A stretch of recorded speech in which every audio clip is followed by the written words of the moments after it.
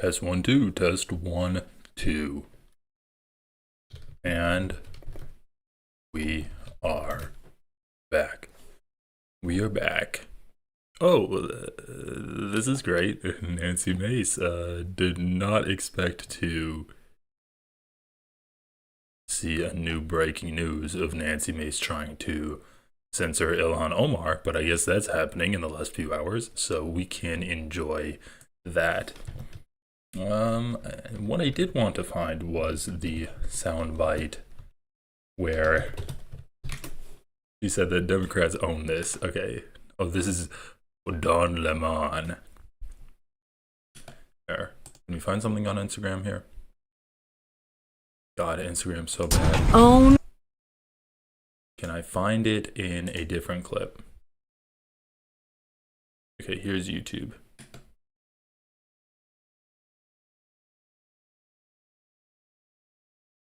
Ezra Klein. Oh man. All right. Let's just start off slow. So, Charlie Kirk got assassinated, and the reactions have been wild. Oh, thank you. Yeah, I got a little bit of a haircut. Usually I buzz it, but kind of kept it a little longer. So anyway, the reactions have been wild. You have reactions stemming from people on the left being like, it's probably a Groyper Nazi, to liberals being like, Hassan Piker is the cause of radicalizing people on Twitch and causing them to want to assassinate Charlie Kirk. And then you have Republicans that are like, actually, it's probably the Democrats, because, you know, the liberal Democrat establishment are always the ones that are calling for violence everywhere, right? And then you have the far right Nazis, and they're just blaming the Jews for killing Charlie Kirk. It's wild. Like, everyone is using Charlie Kirk's assassination to promote their own agenda, except I guess like the Democratic establishment, where they're like, we can't criticize anyone anymore, and actually it's probably like Hassan and Vash's fault for causing Charlie Kirk to get assassinated. So let's get a little bit of an example here. So we'll start off with Nancy Mace, who's awesome. Nancy Mace is awesome. She's like a lol cow politician. My kids have called panicking. All the kids of every conservative in the country called panicking. Just because you speak your mind on an issue doesn't mean you get shot and killed. In this country, we have the First Amendment. We have freedom to speak what's on our mind and shouldn't get shot because we believe. So right off the bat, we have freedom to speak what's on our mind, but if a Democrat criticizes Charlie Kirk, they're to blame for Charlie Kirk's death.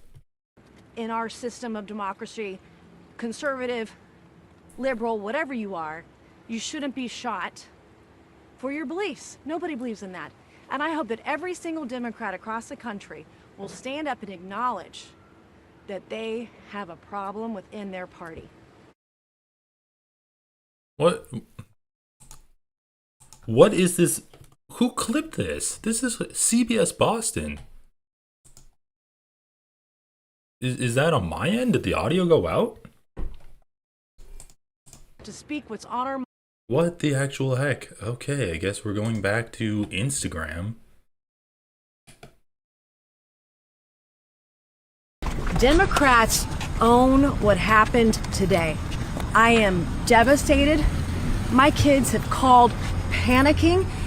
All the kids of every conservative in the country called panicking. Just because you speak your mind on an issue doesn't mean you get shot. Then by that logic, do Republicans own the shooting of the two Democratic lawmakers in Minnesota? Isn't this on both sides? Are you kidding me? No, I'm asking. We don't know what condition Charlie Kirk is in right now. Okay, so Democrats own this. Before she even knew that Charlie Kirk was dead, which happened like pretty much instantaneously, people knew he was dead. She says she doesn't even know the condition of Charlie Kirk. And she's willing to blame the Democrats for causing the shooting. So that's what we're getting from Nancy Mace. The funny thing about this is, if you take this to its logical conclusion, if you're saying that the Democrats are to blame for Charlie Kirk's death, it's like the Democrats' speech is causing violence. Well, then Charlie Kirk's speech would also cause violence, because he's also an advocate for people to own guns. Like, literally the policies he advocates for, he is like, those policies require an acceptable amount of gun violence. That's what he says is necessary for his gun policies to work in society.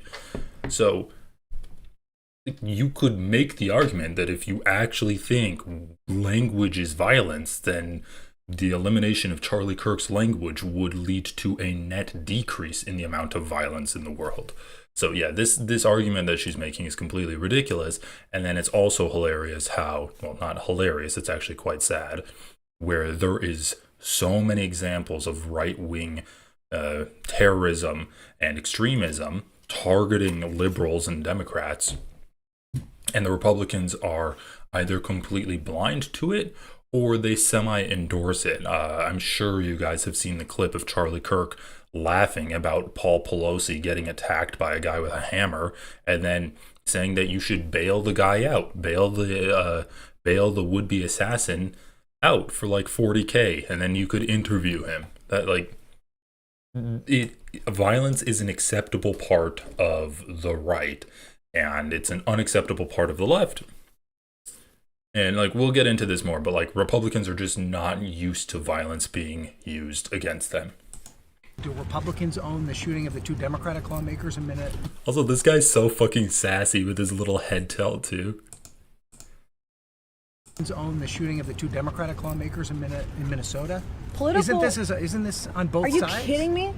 No, I'm asking We you a don't serious know what question. condition Charlie Kirk is in right now. Some raging leftist lunatic put a bullet through his neck, and you want to talk about Republicans right now? No. No, I'm asking not you. at all. You said the Democrats have to own it too. On, but I'm asking, Democrats own this. But isn't there a problem with political violence across the spectrum? Yeah, we're talking about Charlie Kirk right now.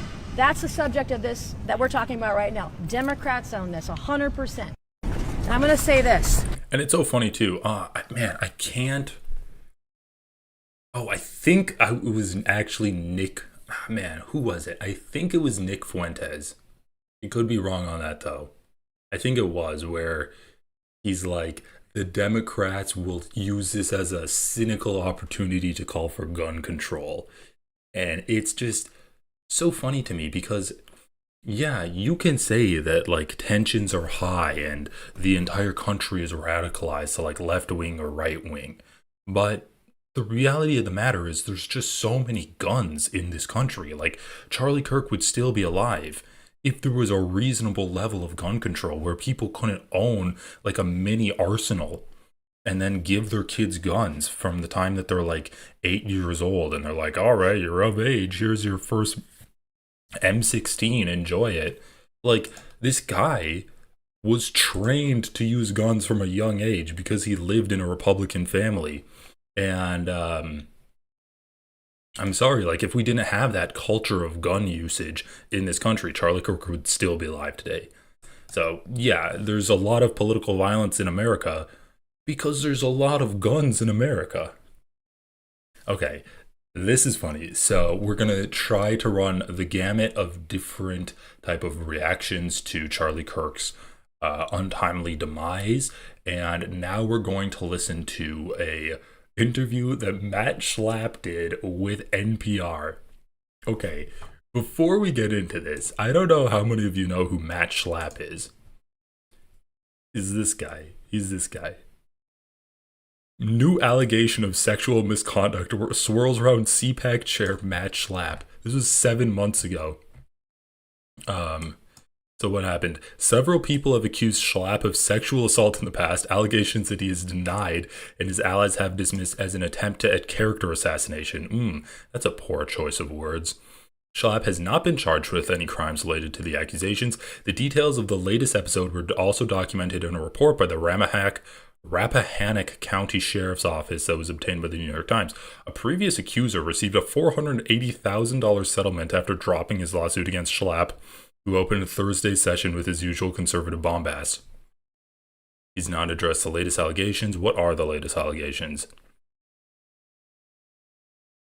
He has not publicly addressed the allegations. Okay, what are they? So...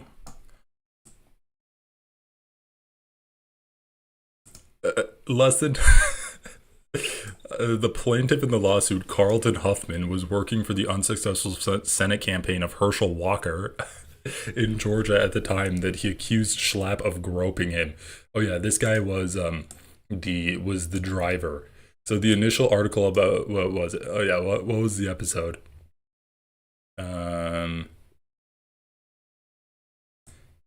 So the sources whose names were withheld because they said they feared retaliation told Ali that Schlapp had followed some of the men and stood so close to them that it allowed his body to graze theirs. The people who were interviewed said that one man's girlfriend confronted Schlapp, who was accused by the man and several witnesses of grabbing and gripping the man's genitals while looking directly in the man's eyes.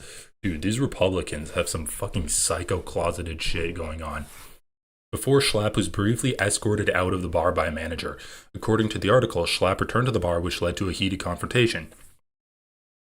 A two-page report from Rappahannock County Sheriff's Office provided a similar narrative. It said that the owner of a restaurant in Sperryville, Virginia, had called 911 to report that an intoxicated patron had just left the establishment in a BMW after assaulting another person and grabbing their genitals.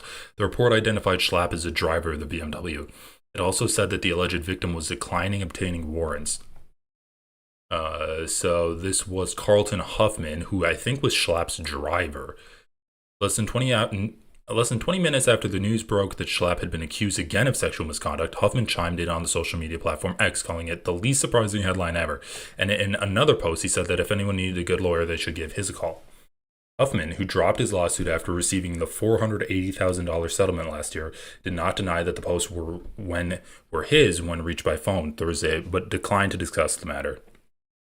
He said, so in his lawsuit, Huffman said that Schlapp had invited him for a drink in Atlanta after being assigned to drive Schlapp to a campaign event in October 2022 for Walker, the former football star who was Trump's choice to be U.S. ambassador to the Bahamas.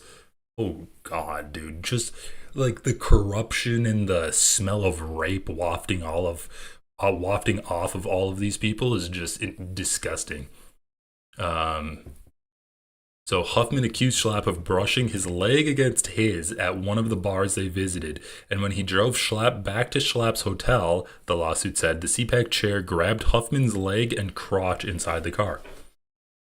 Schlapp is barred from future campaign events, but he's still the chair of CPAC.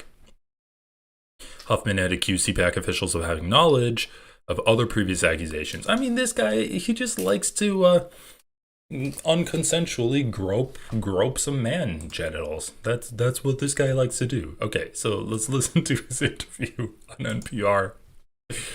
Oh my God. As we just heard, the Utah event at which Charlie Kirk was killed had been set to kick off a national college tour. Here he is speaking with the president's daughter-in-law, Lara Trump, on Fox News earlier this year about what the meetups are like. We try to bring the excitement and the patriotism of a Trump rally to college campuses of all places. So got a couple thousand students waiting for us, and we're going to have a fun time. Kirk had the view that college campuses were not places where freedom of speech thrived, and this is something he was trying to change and shape. Well, free speech is our birthright as Americans. When you have free speech, we're going to get closer to the truth, closer to the best way to govern, closer to the best polity for the country. And here in college campuses, they're not places of free speech. They are islands of totalitarianism. Let's hear more about him now from someone who also works to get conservatives motivated and activated. Matt Schlapp chairs the American Conservative Union, which organizes the Conservative Political Action Conference, or CPAC. He's also a former White House political director in the administration. Bro, the fact that we need to interview this guy and take him seriously, the fact he has any power within the Republican Party at all is, I mean, it's just the perfect weather vane for where the Republican Party is at right now. Like, they have a fucking rapist chairing CPAC right now. Mr. Schlapp, this has to be a difficult day, so thank you so much for joining us despite that. Yeah, thanks for covering Matt Schlapp is basically Charlie Kirk's best friend and a known lover of men's genitals. Thanks for covering an important and very tragic moment. So Charlie Kirk was obviously a gifted man. What would you say his gifts were? Well, it's interesting. He went to college campuses, but he didn't go to college. You're watching. He started an organization at a really young age. I remember the first time he came to CPAC. You're asked what his gifts are, and the first thing you say is, well, he speaks at colleges, but he never graduated from a college. Came to CPAC, it was probably over 10 years ago. And he was so young and had about 25 kids with him, 40 kids in red T-shirts. And, he in his mind, he was intent on forming a new group and forming a movement, and he did just that, and did it with a lot of grace and got the attention of so many people. What was he good at? Made a huge difference. Yeah, what was he good at? Sometimes, when people who are established in any field, they kind of looked at the newcomers and go like, what are you doing? So what do you think, how did he make his mark? What did you notice about him that gave you a clue that he would be somebody important? Well, he was entrepreneurial, so he was going to do something his own way. He didn't just have to follow what someone else did. He was starting his own group, which I just love people like that. It's so interesting when someone says, look, I'm going to do this improbable thing. Mm-hmm. We know you love young entrepreneurial men. Yeah, you have a history of loving men like that. Improbable thing. And then he did something that was very interesting. He inspired the young and the old. He inspired the young, people, my kids' age, who would follow him on social media, and they would follow these moments on campus. And then he really got the attention of kind of the older crew who supported his organization because they were really worried about what they saw as trends with young people away from the traditional ideas and values that they wanted them to have, that they thought they were passing on, and that were somehow, they felt like their grandkids were being overtaken by this woke ideology that seemed to grip America for a period of time, but thankfully is waning. So as we just heard, he was speaking at an event on a university campus. You go to public events. You were a White House aide, right? And people who work in the White House, as I did in the first Bush administration as a reporter, are very mindful of security. But when you've left that now, you're another attack. So there was like, a little bit of a fright throughout the staff. But the other thing we realized that day is the security is not there for all of us who are at the White House. The security is there for one man and the succession of the presidency. So even when you're in when you're in these types of positions, because I think, and what I would encourage everyone to do. Okay, this is where it starts getting good. So this is where he spoke a little bit about Charlie Kirk. I mean, he was asked what is his best quality, what makes him so special and unique, and he didn't really have anything to say there. But this is where he starts to blame the media for Charlie Kirk's death. Is fight like heck in politics, push for what you want. But at the end of the day, there's got to remain some respect for those that you're fighting, and an understanding that they're doing what they think is right too. And the other thing that needs to happen is, quite frankly, people in the media, we need to stop villainizing people. People have ideas, and might not like them. There's a lot of people whose ideas. So yeah, you fight like hell, but stop villainizing people, right? Like they just can't avoid the inherent contradiction where they want to say, you can say whatever you want, it's freedom of speech, but also they don't want, leftist media or even liberal media to exist anymore. And so they're of course just going to use like the idea of freedom of speech. Everyone should be able to be free to say what they want to say, and they shouldn't be killed for it, or deplatformed or put in prison for it. But if you criticize me, you're going to be deplatformed. You're going to be put in prison. If you criticize the Republicans, because you criticizing us means that there's like bad things happening, but like don't look at the bad things that we're going to do to you. So of course we're going to get into this more, but aside from all of the calls for civil war and violence and just like bomb threats being called into liberal institutions, you have serious people trying to deplatform leftists and liberals and the continuation of undermining those types of institutions. People whose ideas I think are abhorrent. But would I help them change their tire if they were on the side of the road? I hope I would. But on Newsmax yesterday. So he's got that Janky Uger type of strategy with talking to his opposition.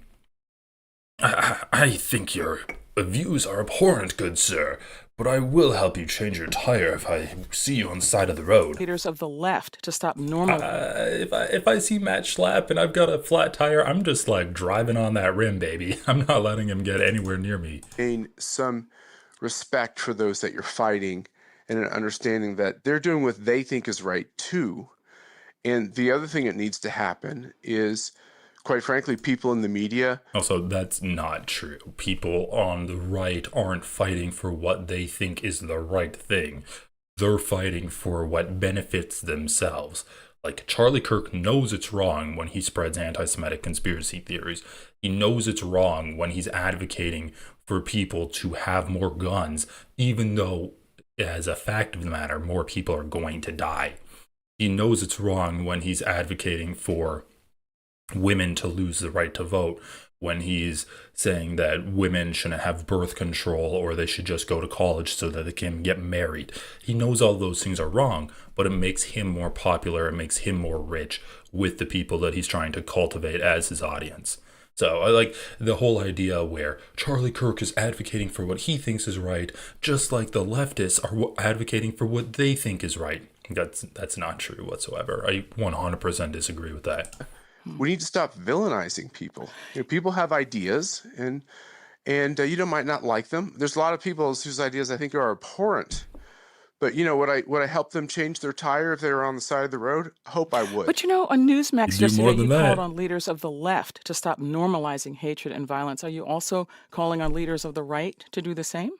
Everyone should stop doing that. But the only difference is in the age of Trump is that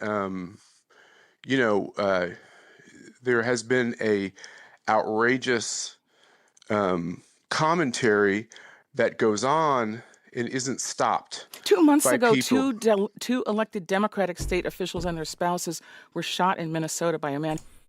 There's an outrageous commentary in the case of Trump that goes on and isn't stopped by people. Is this man groping his driver right now? Why is he out of breath spouting random bullshit that doesn't make any sense? By a man who had a hit list of 45 elected Democrats he intended to kill. Former House Speaker Nancy Pelosi's husband attacked in his home. Pennsylvania Governor Josh Shapiro's official residence set on fire. This would seem to be an equal opportunity problem, right? Well, I'm not sure it's equal, but I think there were examples on both sides that are repugnant. But I just want to, I want to chastise you a little bit here. Mm-hmm. Even though you bring up good points that I have no way to refute, let me just ignore that and start attacking you a little bit. Listen to this guy squirm. Why is he out of breath? Why is this man out of breath? He's on an NPR phone call. What could he possibly be doing? Goes on and isn't stopped. 2 months ago, two elected Democratic state officials and their spouses were shot in Minnesota by a man who had a hit list of 45 elected Democrats he intended to kill. Former House Speaker Nancy Pelosi's husband attacked in his home. Pennsylvania Governor Josh Shapiro's official residence set on fire. This would seem to be an equal opportunity problem, right? Well, I'm not sure it's equal, but I think there were examples on both sides that are repugnant. But I just want to, I want to chastise you a little bit here. Mm-hmm. Someone who's very close to my family and to the conservative movement was assassinated yesterday. We haven't seen really anything like this. Somebody who's not even in elected office. I don't think this is the right moment for you to say to me that I am not sufficiently concerned about violence that happens from anyone. I think this is a moment to reflect on the life of a young man who made a big difference. And a lot of people are mourning it. Yes. And it is the wrong time for you to start assigning blame and to say I should have better commentary. Oh, forgive me, but... Okay, so like, dude, this guy's actually just breaking down at the slightest of pushback. And these people can't get they can't get out of their own way. They're so quick to judge the Democrats that when the weakest of pushback being offered, not even that the vast majority of political violence happens on the right. The first thing Donald Trump did when he got into the presidency was like release all of his thugs that did political violence on January 6th. And now he's basically created his own private paramilitary with ICE and made them like the fourth highest paid military in the world, and funded and just like completely stocked ICE up with those kind of white nationalist groups that did January 6th. We can't talk about how the vast majority of political violence is on the right, but isn't it like an issue on both sides? And then the guy starts crying. He's like, I don't think it's the time right now to say that I'm not assigning blame for political violence in a good way. It's definitely just the Democrats. Like, he's trying to assign political violence to the Democrats and then crying that the liberal NPR host is saying, well, isn't it a both sides thing? Comes from anyone. I think this is a moment to reflect on the life of a young man who made a big difference. And a lot of people are mourning it. Yes. And it is the wrong time for you to start assigning blame and to say I should have better commentary. Oh, forgive me, but didn't you surface that issue? And am I not listening to you? I can understand why you're getting defunded. This is outrageous. I'm sorry This that you young feel that man way. This young man deserves some thoughtful appreciation this morning. He's the father of two children. And we certainly are giving him that. And you're turning this into... No, I think we're certainly giving him the attention he deserves. And this is NPR News. Bro, they fucking hung up on his ass. They hung up on the guy. Like, look, I get it. His friend, or whatever Charlie Kirk was to him, he does seem to have an affinity towards young men, just died. Like, this was on September 11th, the day after Charlie Kirk got killed. However, he was on Newsmax that night blaming the Democrats and the left for the rhetoric that caused Charlie Kirk to die. And then when he gets, like, literally the most fucking understanding person that you would expect to, like, bake you some cookies and make you some tea is like, well, isn't it, like, a both sides thing? Like, yesterday you said it's just the rhetoric on the left, but there's, like, political violence that happened in Minnesota. Nancy Pelosi's husband got attacked. And then he's like, well, now's not the time to be talking about that. A young man died and he had two children. It's like, you were talking about that last night. You were talking about it before Charlie Kirk's body was even cold. And now this person's trying to correct the record and you start breaking down in tears. Man, sometimes NPR hits. Sometimes NPR does hit. Anyway. Ooh, that's nightmare fuel. He looks like a good guy. He looks like a total Democrats. Okay. So we have the... So we have kind of like the normie Republican reaction to this. We all saw Trump where he blamed the left and the Democratic media. Speaking of which... Like, once again, if you want to see what Republicans were saying when political assassinations happened in Minnesota, this is, I think, the senator from Utah, Mike Lee. This is what happens when Marxists don't get their way. And he shows this guy who's like a Republican nut job, Nightmare on Wall Street, making jokes about the assassin killing Melissa Hortman, who is the Democratic Speaker of the House in Minnesota, and her husband and her dog, and then also trying to kill John Hoffman and his wife. And he had a list of a bunch of other Democratic officials. Donald Trump Jr. got my Paul Pelosi Halloween costume ready. The internet remains undefeated. Also, if you want to switch out the hammer for a red feather boa, you could be Hunter Biden in an instant. Okay, fucking gross. Okay, but I want to. So, okay, we'll get to that. Let's look at.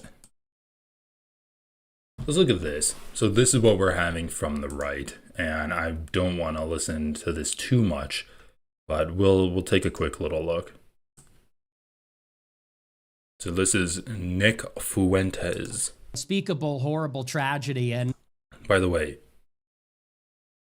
2.43 million views. I don't know if this is correct. It is Rumble, but the guy gets a lot of views. And I literally had to take a day. Some of it is. We'll talk about that too. And so tonight I'm up and to get serious. To the extent that politics was fun or we took it lightly, I think we now realize it just got very real. It's been real. People talk about a civil war. They say a war is coming. Some say we're already in one. We have an obligation now. The leaders, the spokesmen, the men, the young men, the elderly men, we have an obligation to lead. And I want to start, before we get into any of it, by saying this, just as a general note. I've been around now for 7 or 8 years. That's not a very long. Dude, there's so much preamble. That's the test. That's when it counts. And that is when mature people, and I recognize the folly in me saying that. I don't consider myself an extremely mature person. I think I'm a frivolous person in many ways. But it's an obligation for all of us to grow up now and recognize the gravity of the situation we're in, the peril that we're all in. And we have to ask ourselves, what are our intentions? We have to set them intentionally. We have to set them in alignment with God. Okay, this guy's so boring. Like, I kind of want to cover him, but he's so boring. He's just a preacher. He's just a preacher that is fine, like, being a Nazi too. That's just what his content is. All he does is sit there and preach to his audience. Oh yeah, we have to be mature about this. We need to be children of God. Oh, where have I heard that before? Oh yeah, Sunday mornings at church. With the gospel, we have to think not just about the present moment and what we're feeling, but about the long term, the good of our country, the good of our fellow countrymen, both the people we agree with and disagree with, our children, our progeny. And we have to think about that moment before God. Okay, dude, you're what the fuck are you talking about? We have to think about that moment. What moment? And if you can't be convinced altogether, put them down today. Put them down tomorrow. Let us be cautious. Let us be prudent. Let's think. Let's get right. Let's get right with God before we act hastily. And the reason I say that I have come to this reaction over many years, seeing many crises, is because not only is there a spiritual dimension to all of this, trust in his plan and not create our own, also to understand that politically, it is in crises like these when we become instrumentalized. Your understanding to the young people, the adolescents, that I understand how you feel. Lay down your arms. Those that. Okay, so what's this? This might be interesting. And powerful forces that would use this tragedy to manipulate society for its own ends in order to save our souls from the kind of wrath, anger, vengefulness that will surely land us a seat in hell. I would first say, before I say anything else, especially to the young people, the adolescents, that I understand how you feel, lay down your arms. Those that live by the sword will perish by the sword. Remember what Christ said. This is our cup to drink from, all of us. Death, suffering, martyrdom in some cases. It's all part of it. Bro, what? It's all part of life. Yeah, Charlie Kirk's a martyr. And not to be fatalistic martyred and not to minimize it, but as a Christian, we can't always talk about the prosperity gospel. We can't always talk about making money or prosperity and kumbaya. We also have to talk about the other side of things, which is that we have a Lord and Savior that was crucified. Okay, what is this bullshit? I thought he was going to actually say something interesting. Did I skip past it? I said this last night and I meant it. As I watched the chaos and the tragedy unfold yesterday afternoon, and I know everybody else feels exactly the same way, it didn't feel real. At UVU in Utah, many of the big developments over the years, same day. I don't think there's any way to find the transcript on here. That too. And so tonight I'm going to try to the best of my ability, carry out my responsibility. I believe, and I think you know, that I'm somebody that many of the young people, young conservatives, are looking up to. I have a lot of credibility with the far right, the radical right. And throughout his career, Charlie Kirk always characterized me as a troll. I don't say that with any malice at this point in time, but that's what he said. And many in Turning Point USA said that I and my followers are nihilistic. We only want destruction. And I think that I have an obligation to the country. I think I have an obligation to God. I think. Wow. So Turning Point USA, Charlie Kirk's organization, called you nihilistic. And now you're trying to take a really different tact and say that you're not nihilistic in the wake of the Charlie Kirk shooting. So look at this. Groyper Assassin, the left-wing conspiracy to frame the Groypers. I'm kind of interested in watching that, actually. But like, if it's just going to be him preaching, I'm not interested at all.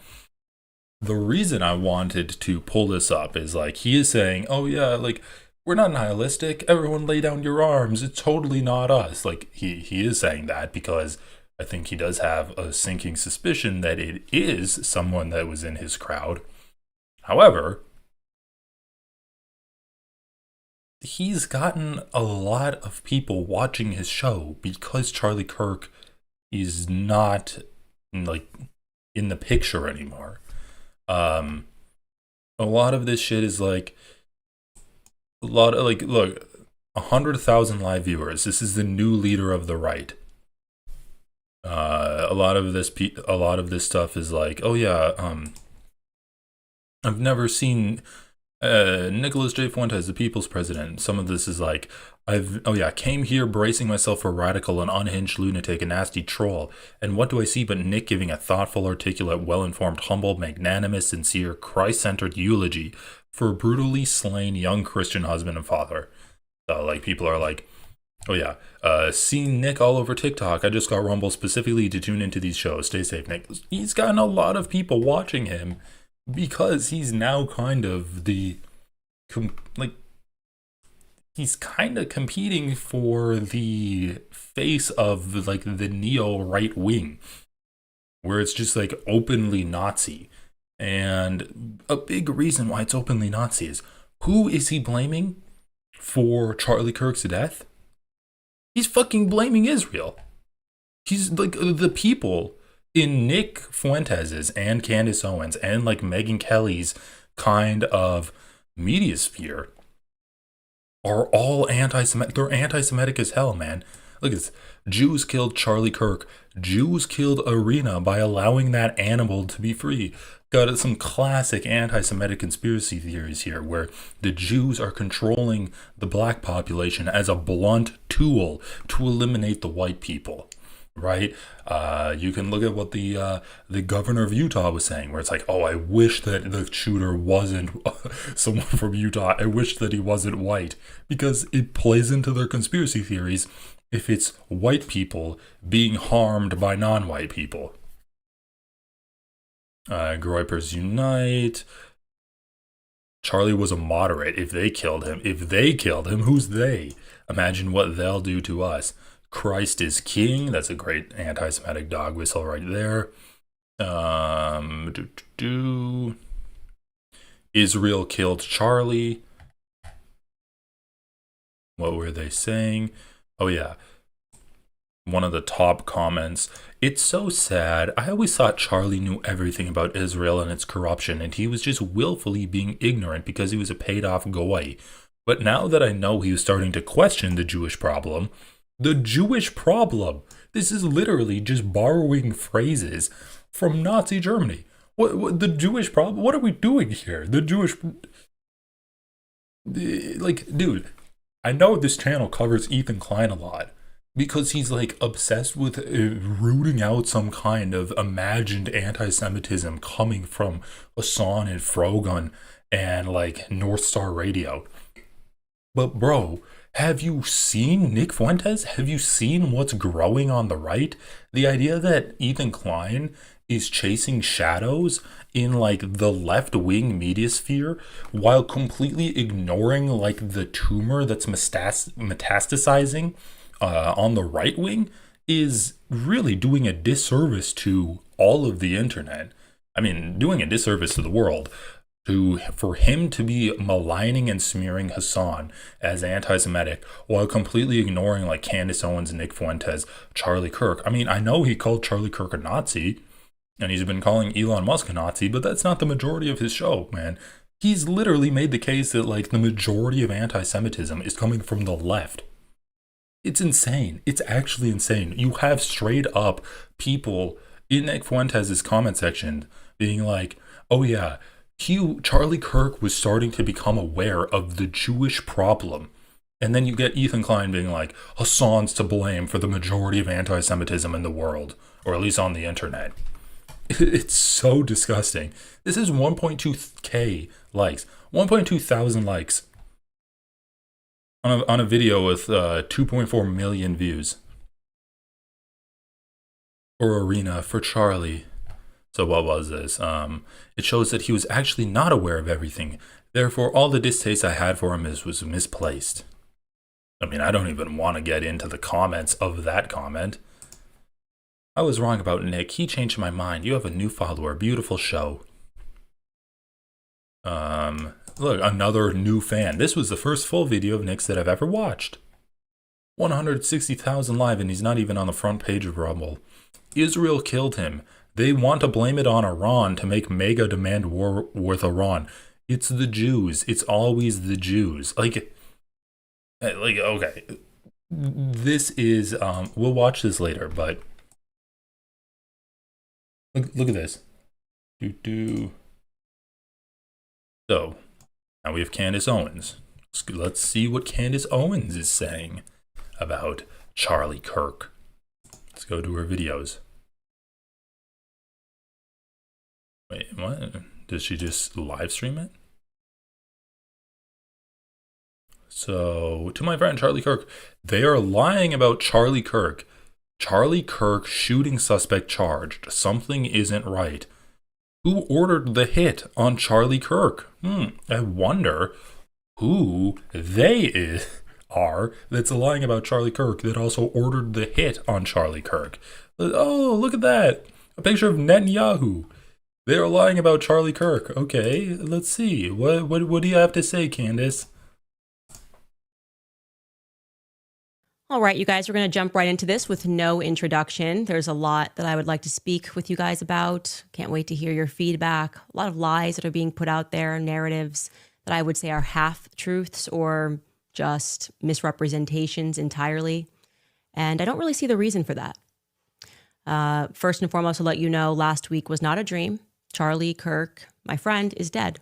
And he was publicly executed. I want to make that clear. Charlie Kirk was publicly executed before the... Look at this. The third comment. The comment section of Nick Fuentes and Candace Owens videos do not disappoint. They don't let you down. If they're black, then it's a gang. If they're Italian, it's a mob. But if they're Jewish, it's a coincidence and you should never speak about it. Dave Chappelle. Oh yeah, good job, Dave Chappelle. Thank you for contributing to the overall benefit of intelligence and knowledge for humanity. What a fucking loser this guy's... Dude, I used to love Dave Chappelle so much. And now his legacy has been like bringing Elon Musk onto stage, being anti-Semitic and anti-trans.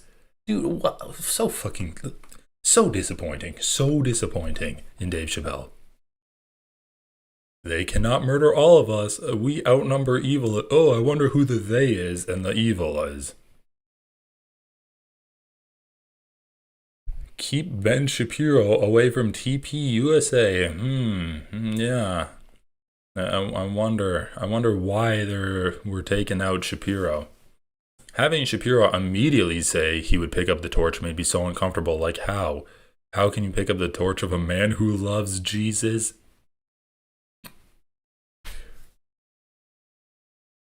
Oh man. This is not anti-Semitic, it's anti-satanic. Love the right-wing versions of criticisms of Israel, right? Oh, it's the Jews that control everything, and they're actually the real reason that there's so many issues with America. Okay, so the lies about Charlie, the truth about Netanyahu's phone call and the pressure put on Charlie, in his own words, questions about the investigation, comments. Let's see what other videos she's put out there. Look at the views on this too. 4.7 million, 7.7 million, 2.1 million 6 hours ago. Who ordered the hit on Charlie Kirk?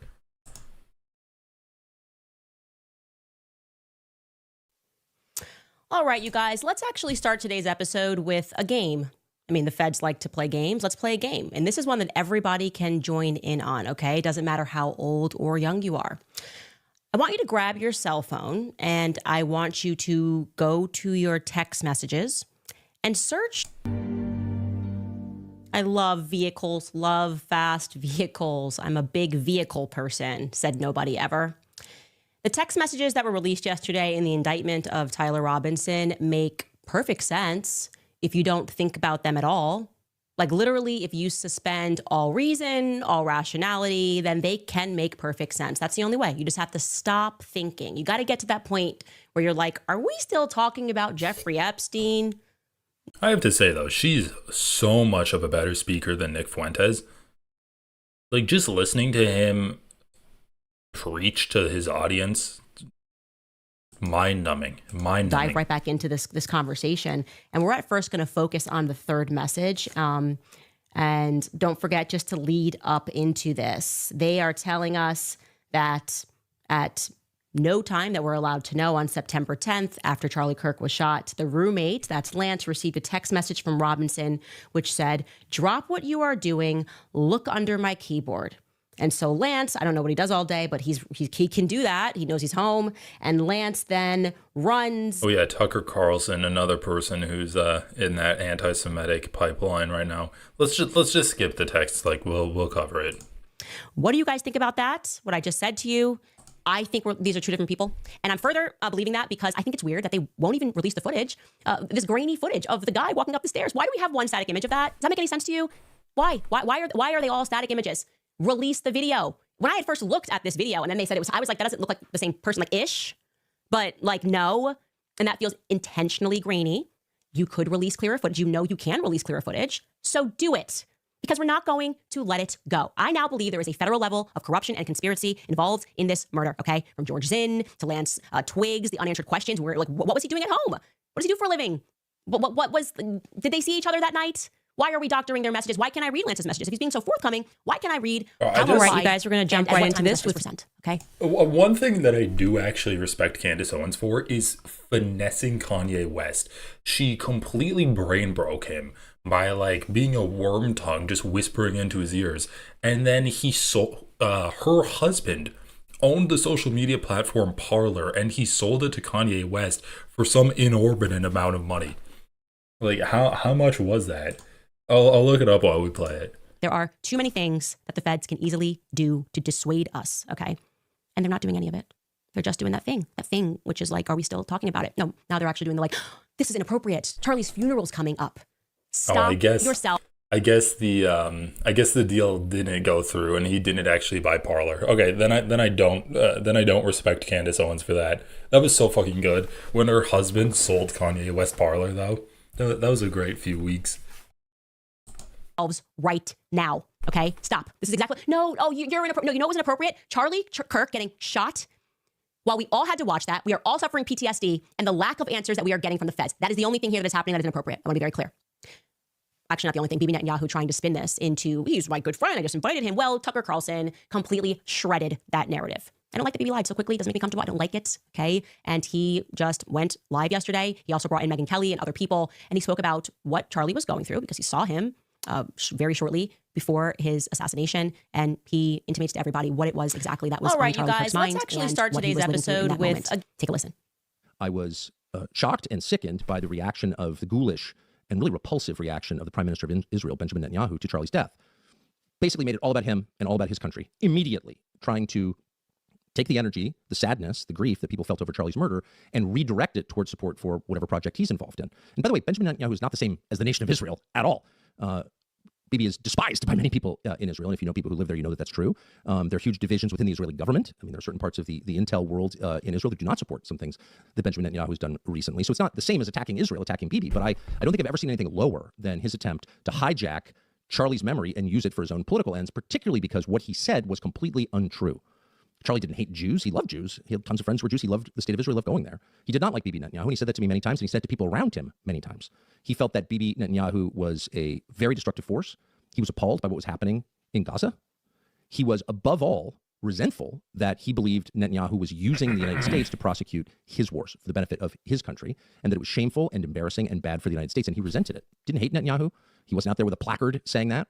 But he certainly expressed that to me and a lot of other people. And there's no question that Bibi's defenders on the internet will call me a liar or a kook. But that's a fact. And enough text messages exist that I think it can probably be verified in pretty short order. Not that it needs to be, because that is true.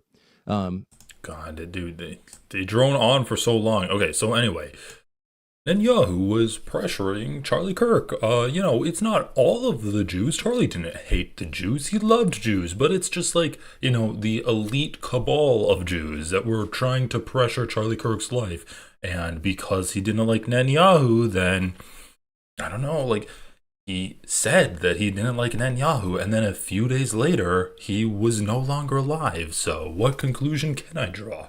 I'm forced to draw this conclusion. Offended by that and expressed some of those feelings on Megyn Kelly's show and in other places. But that did not let up. The reason I'm telling the story is because he called me and then came to see me at my house about this topic. And I said to him every single time, look, I've got my own way to communicate my views. This is actually not the most important issue to me. There are lots of things I can talk about. I don't need to come to Turning Point. I can take a year off, no problem. I hated seeing how much he was suffering, the hassle he was getting from people. And I was being attacked too, by the way. It was a huge effort. I wasn't fully aware of it, actually, because I don't go online that much. But there was a huge effort by people, some of whom I know and have helped. And like Seth Dillon, the Babylon Bee, for example. Someone who had his own problems with free speech, who was famously canceled. And I like Seth Dillon. I had him on a couple of times. I had dinner with him to show support. Seth Dillon was out there demanding that Charlie Kirk take me off the roster, pull me off stage. Yeah, you know who? Oh, you'll never guess what religion Seth Dillon is. But he's another one. Charlie loved the Jews, but it's just that there were so many Jews in Charlie Kirk's life that were trying to get him to be pro-Israel. And, they didn't like Tucker Carlson because he was speaking the truth.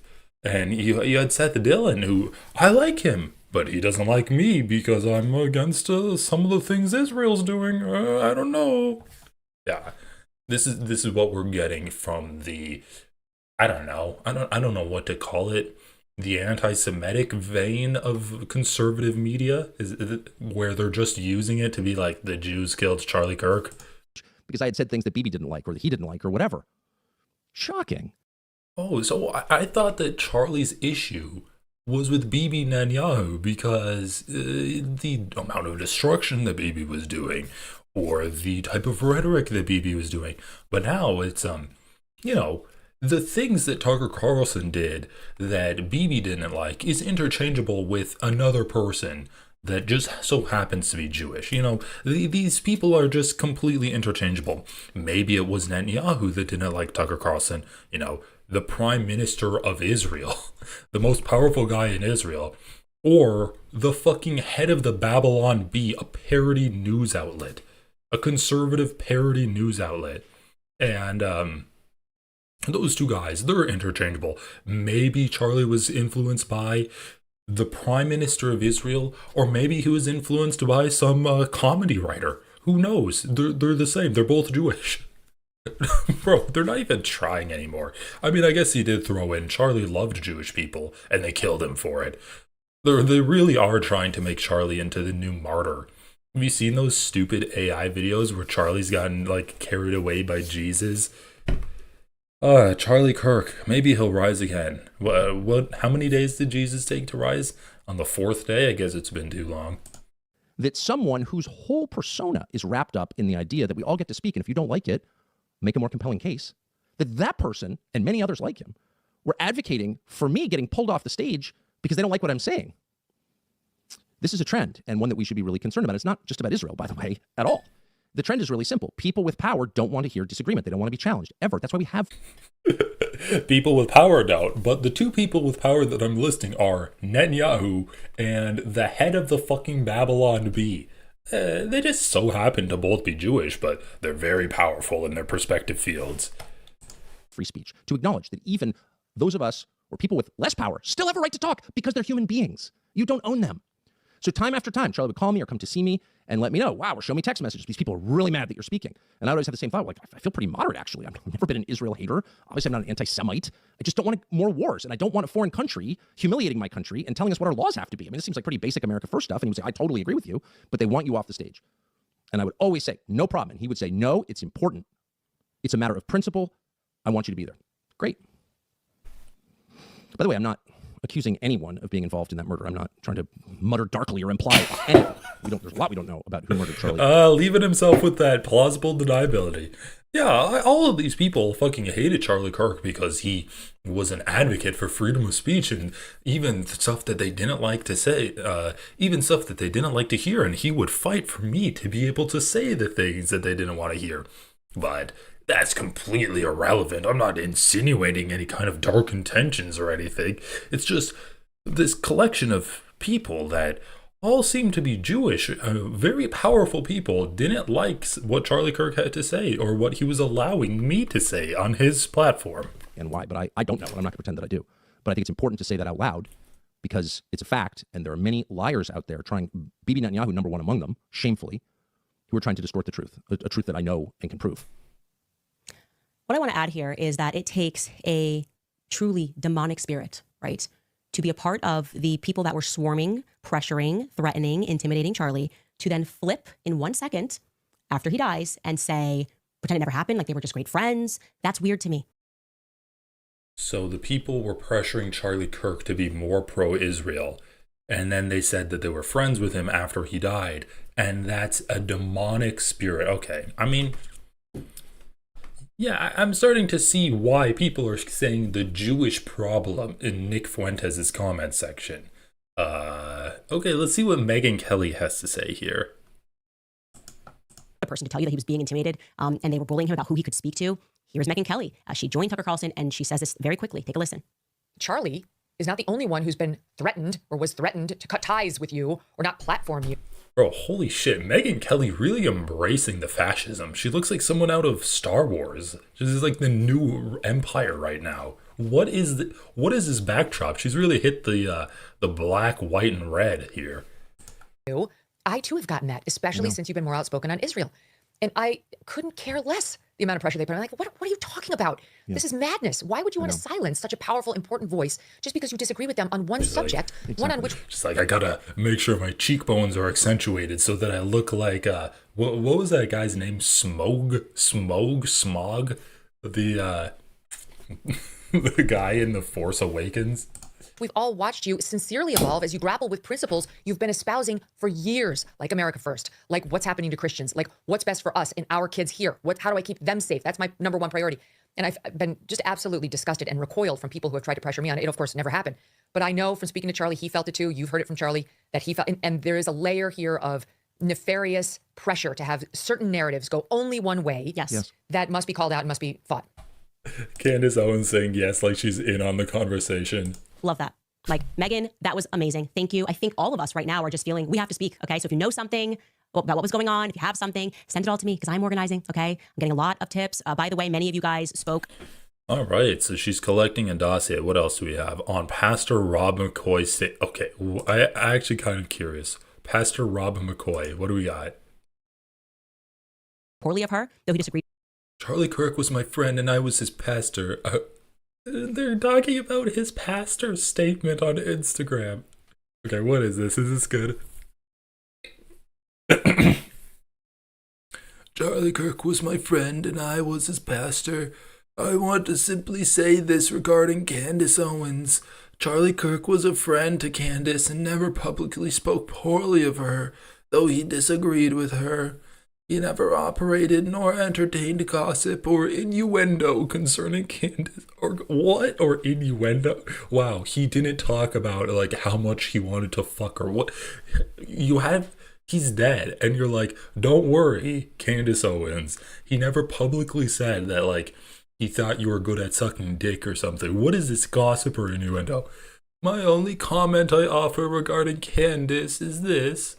I only wish at this tragic time of mourning she would be the friend to Charlie that he was to her. He would never have treated Candace or her family in such a way had God forbid this tragedy had been hers. A friend loves at all times. Proverbs 17:17. Okay, so what is she saying about Charlie's family? With her, he never operated nor entertained gossip or kept his mouth shut when Bibi lied. You knew if you were really his close friend and pastor, how he was feeling about Bibi Netanyahu. You knew if you were his close friend and pastor, exactly. I don't care about that. What was I gonna look up next? Oh yeah. Yeah, I kind of wanted to see what Nick Fuentes had to say. Griper assassin, who is he going to blame? Like, dude, this shit, it never disappoints. Top comment, N-word slur.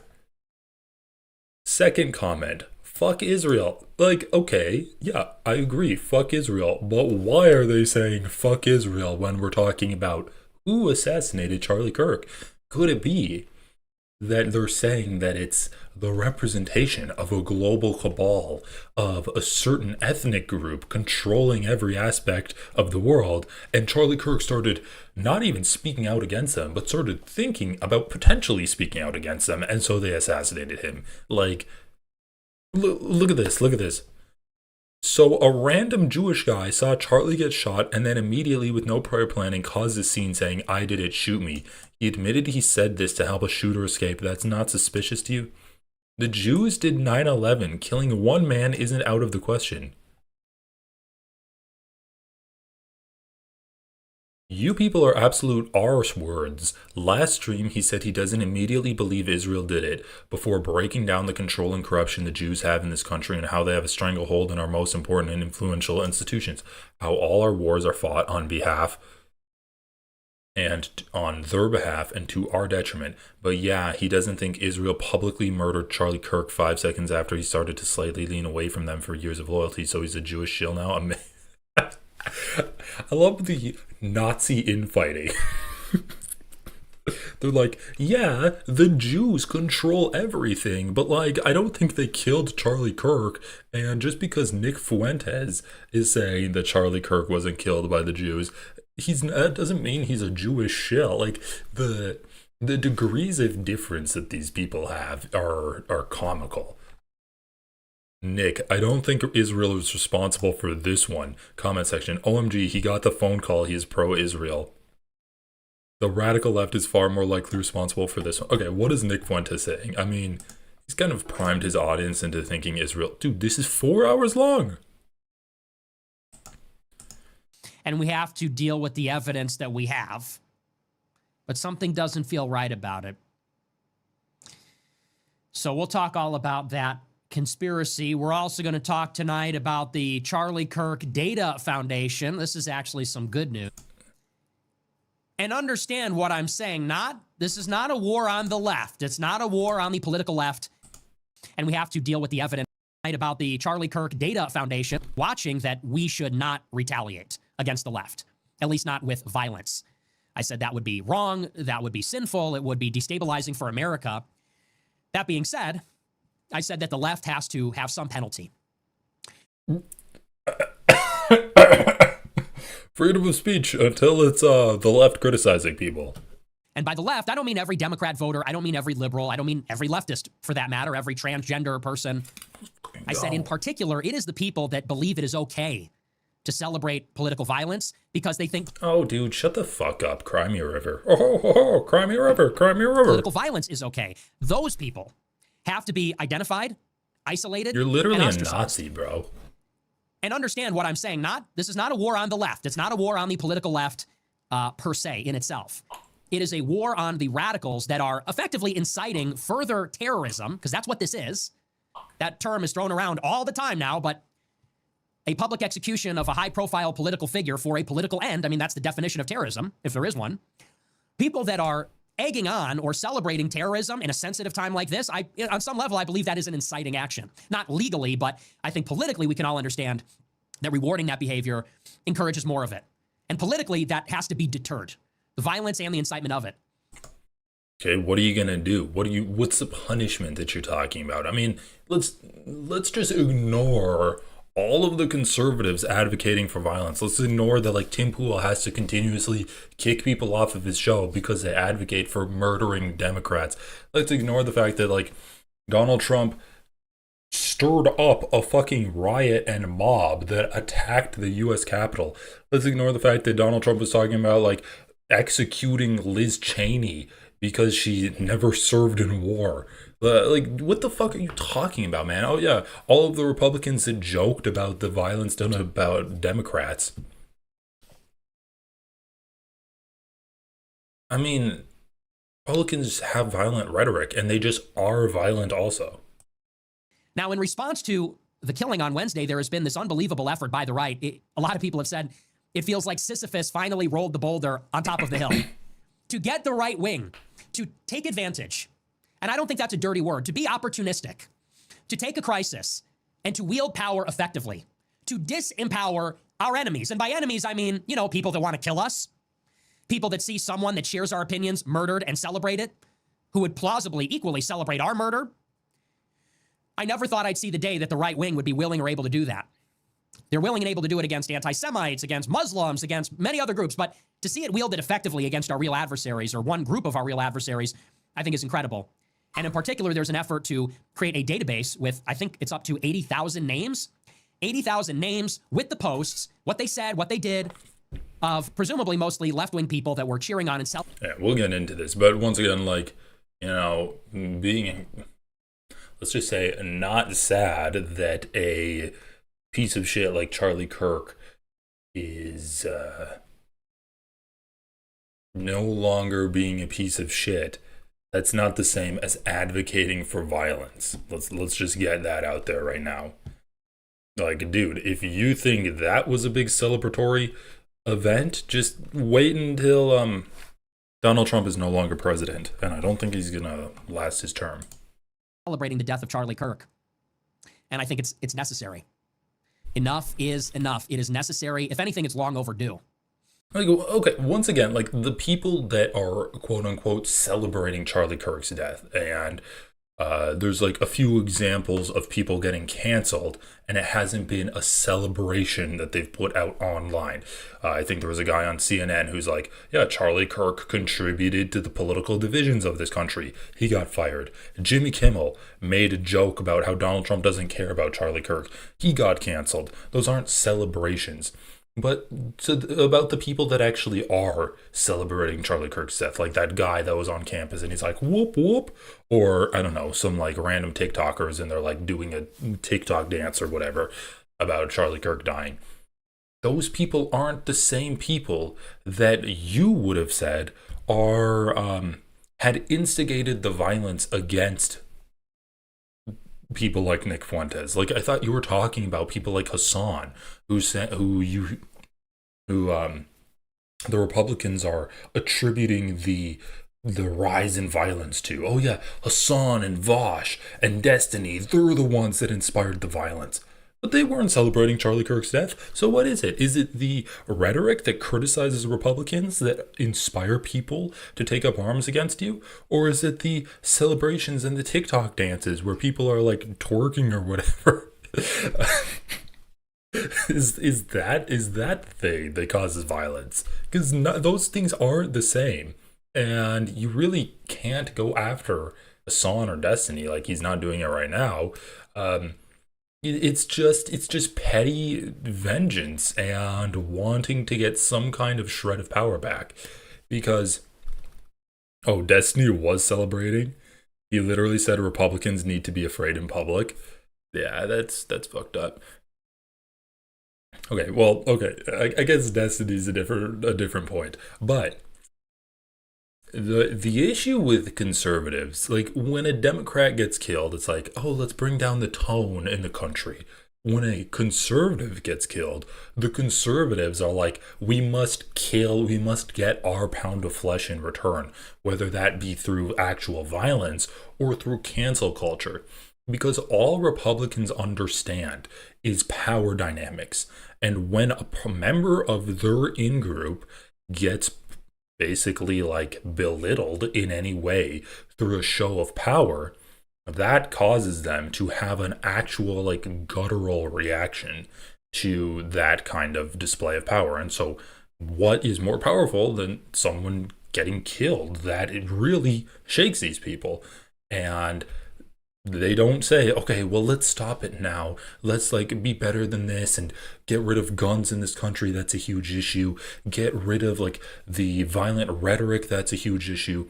immediately they're like, we just got shown up. We just lost power. We need to get that power back. We're going to get that power back through calling for violence, through civil war, or through threatening to like assassinate like the liberal version of Charlie Kirk, or through cancel culture, getting these people fired from their jobs or whatever, because that is another demonstration of power. And so that's a big reason why conservatives have been calling for violence and have been calling for cancel culture. Like, Mike Lee is the fucking senator of Utah. He was making posts joking about Melissa Hortman getting assassinated. And the only thing the Democrats did was ask for him to take down the posts and maybe do a public apology. And he refused to do it. I think he took down the post eventually, but he never made a public apology. Like, bro, if it was a Democrat doing that shit about Charlie Kirk, they'd actually be assassinated. And I know that's controversial. We're going to talk about it tonight. I've gotten some criticism. Dan Bilzerian disagreed with this. He texted me today. He said, you want Palantir to come after us? And I love Dan. We agree on so much. We disagree on this. Maybe we'll talk about it sometime. And I know a lot of people, I saw Kim Iverson said the same thing. She's incredible also, but I do disagree with her on this. I think it's a good thing. And I'll explain my position on that. Feel free to disagree, but we're going to get into that tonight as well. Also, we will talk about the transcript of the messages between the suspected killer of Charlie Kirk and his transgender boyfriend. They're very weird. And a lot of people have pointed out that the messages are strange. They're stilted. The tone, the vocabulary, there's something off.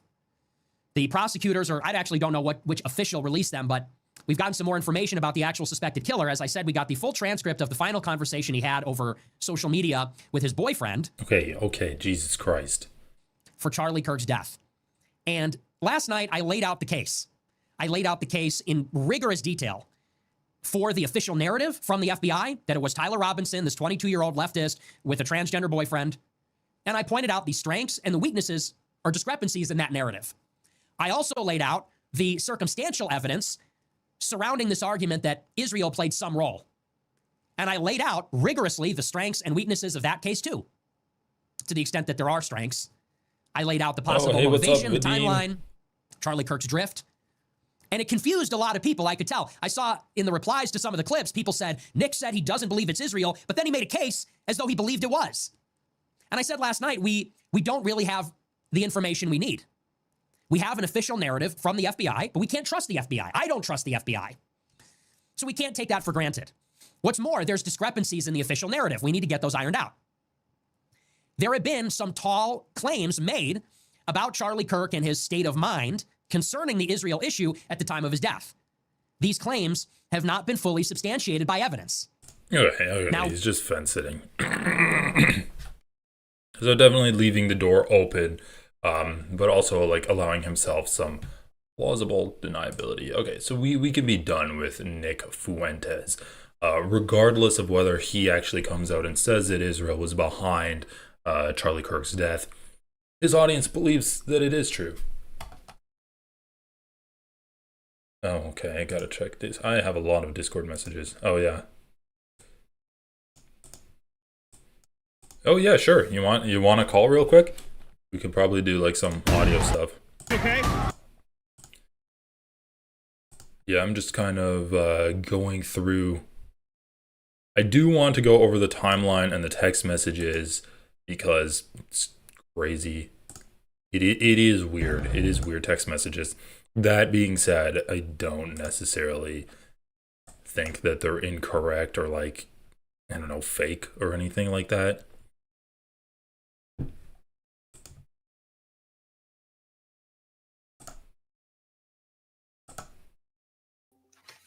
Yo, hey man, how's it going?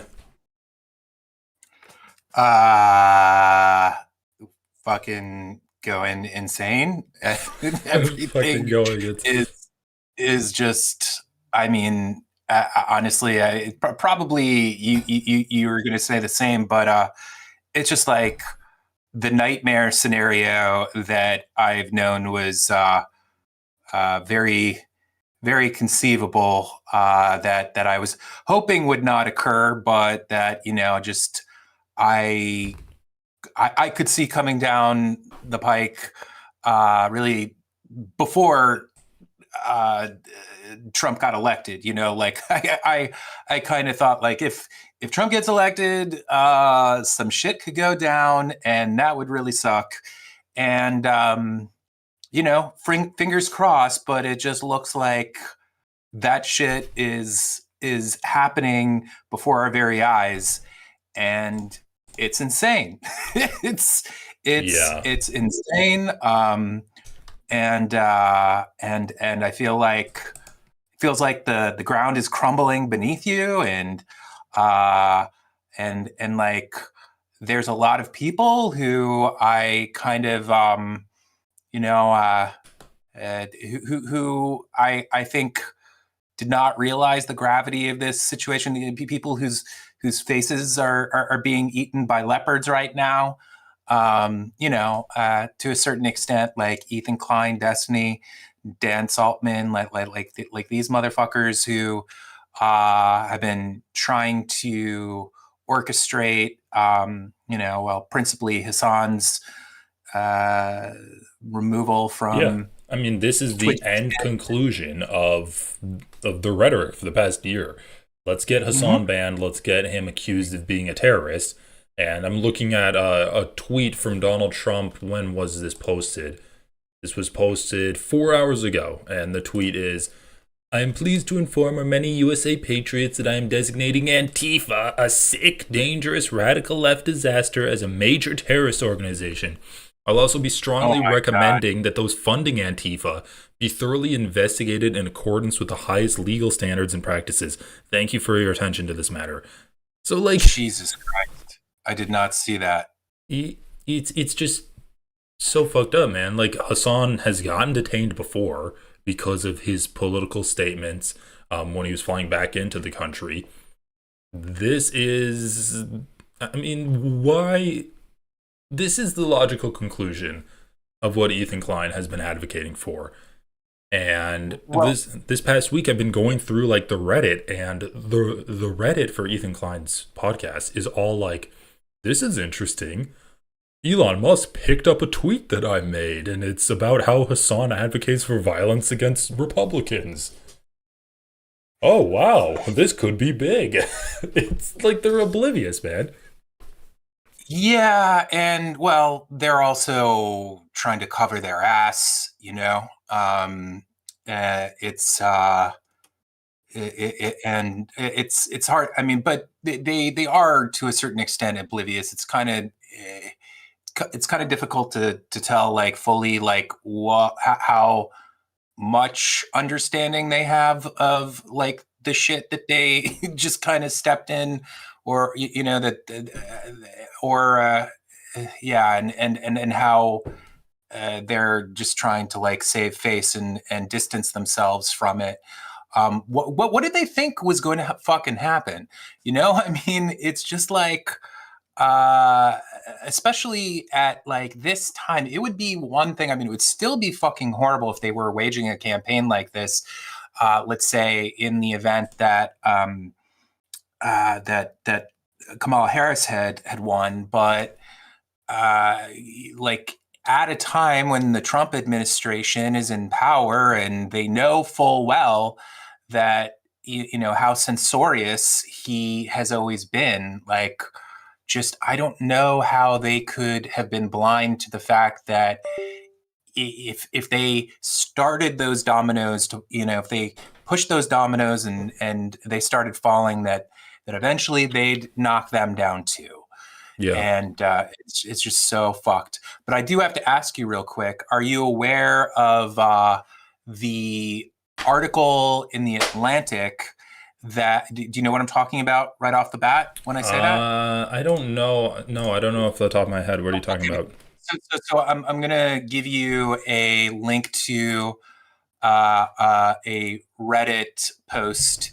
And what I'm talking about is that there was an article today in the Atlantic that talks that mentions it talks about how the it mentions Dan Saltman and Destiny, or maybe it doesn't mention them by name, but it mentions that there has been, this effort to deplatform Hassan, clearly talking about them, but then it goes into how the Proud Boys are now kind of like taking over that initiative, and basically like they're taking the lead of what Destiny and Dan were doing, and they're trying to do it on like a much larger scale. And here, let me just find it for you. Also, Hassan has talked about it. There's an Atlantic article from 6 hours ago. Yeah, that might be it. That might Proud be Boy it. Enrique Tarrio, Mega has figured out how to play dirty. Yeah, that's it. And here, I'm trying to find the link that I had. Here it is. Yeah, I mean, the whole article is fucked up, but if I'm sending you a link with one quote in particular from it. So okay, yeah, I'm looking at it right now. So he's kind of behind the here we go. Here, I just sent it to you.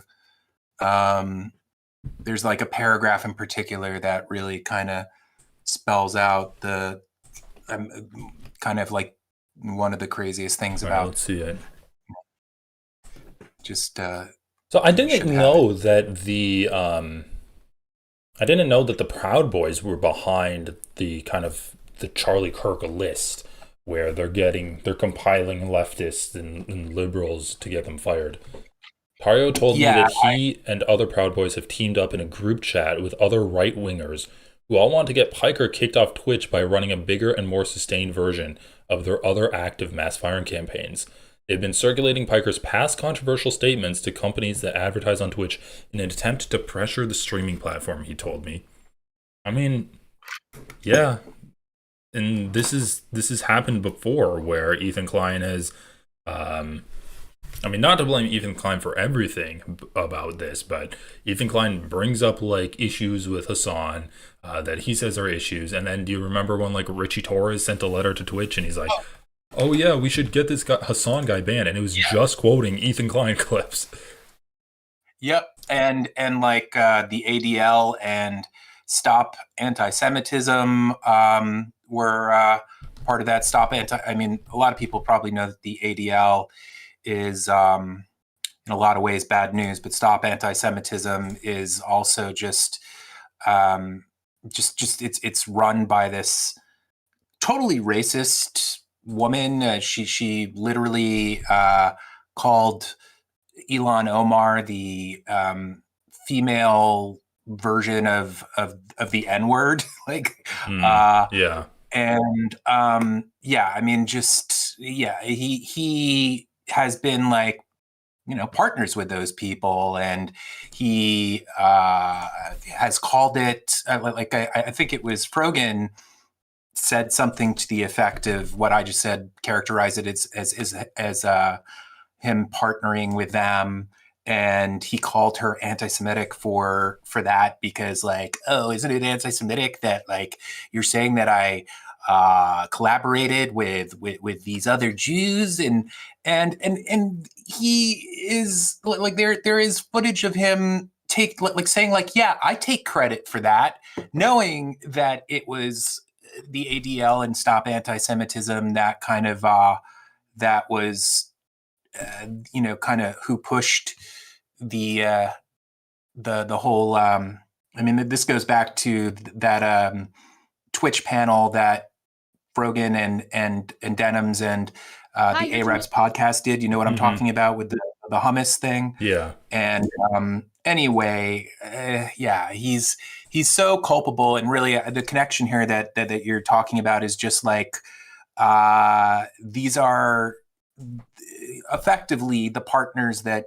Ethan has with these cancellation campaigns, and it's fucked. I mean, it's completely fucked, and I just don't understand how anyone can really like watch what he has been doing for the past several months to like really more than a year and just kind of not realize that the entire time things like this moment that we're in right now as a country, that this was just kind of like the end game of that, you know?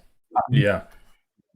I mean, he has the same instincts as Donald Trump when it comes to, oh, I disagree with someone, well, I'm gonna deplatform them, or yeah, like the big issue is the terrorism in that's getting supported and encouraged by Hassan. Like it is kind of just a fascist tendency when your first instinct is to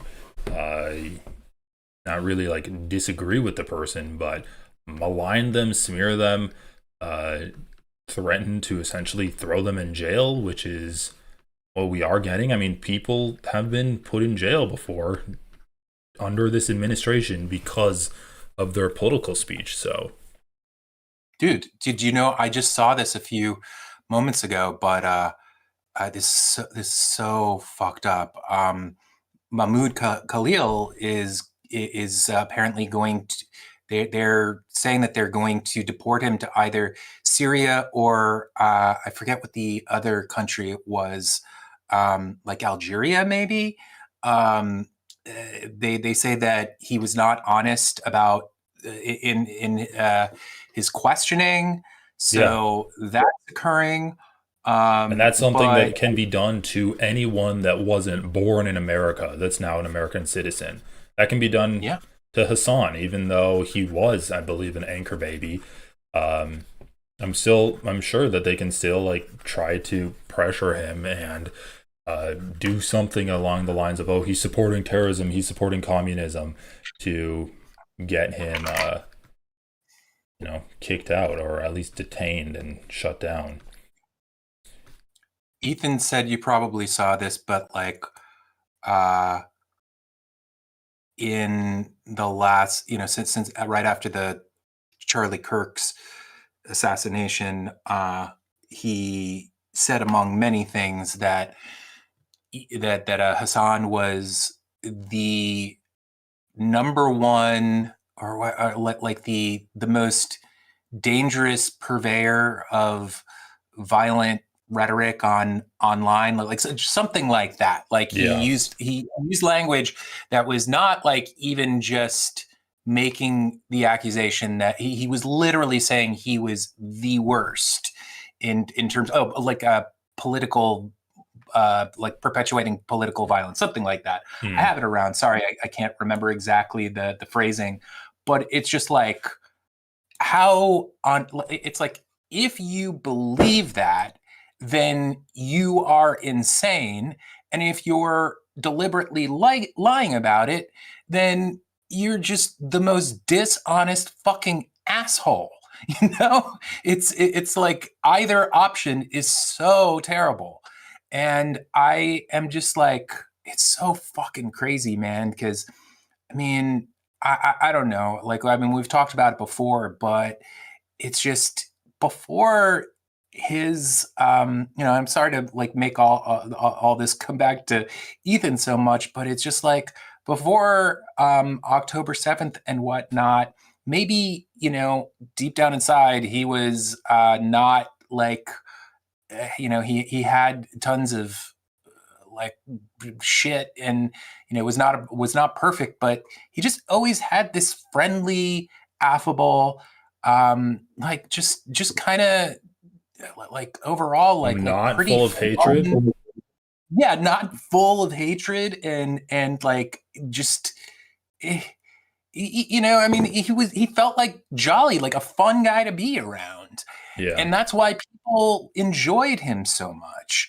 And it's almost like the way in which the world has been poisoned since October 7th, like how it was not a perfect place to begin with, of course, but things have gotten so much worse, and it's almost like he's like a perfect reflection of how everything has just gone to fucking shit.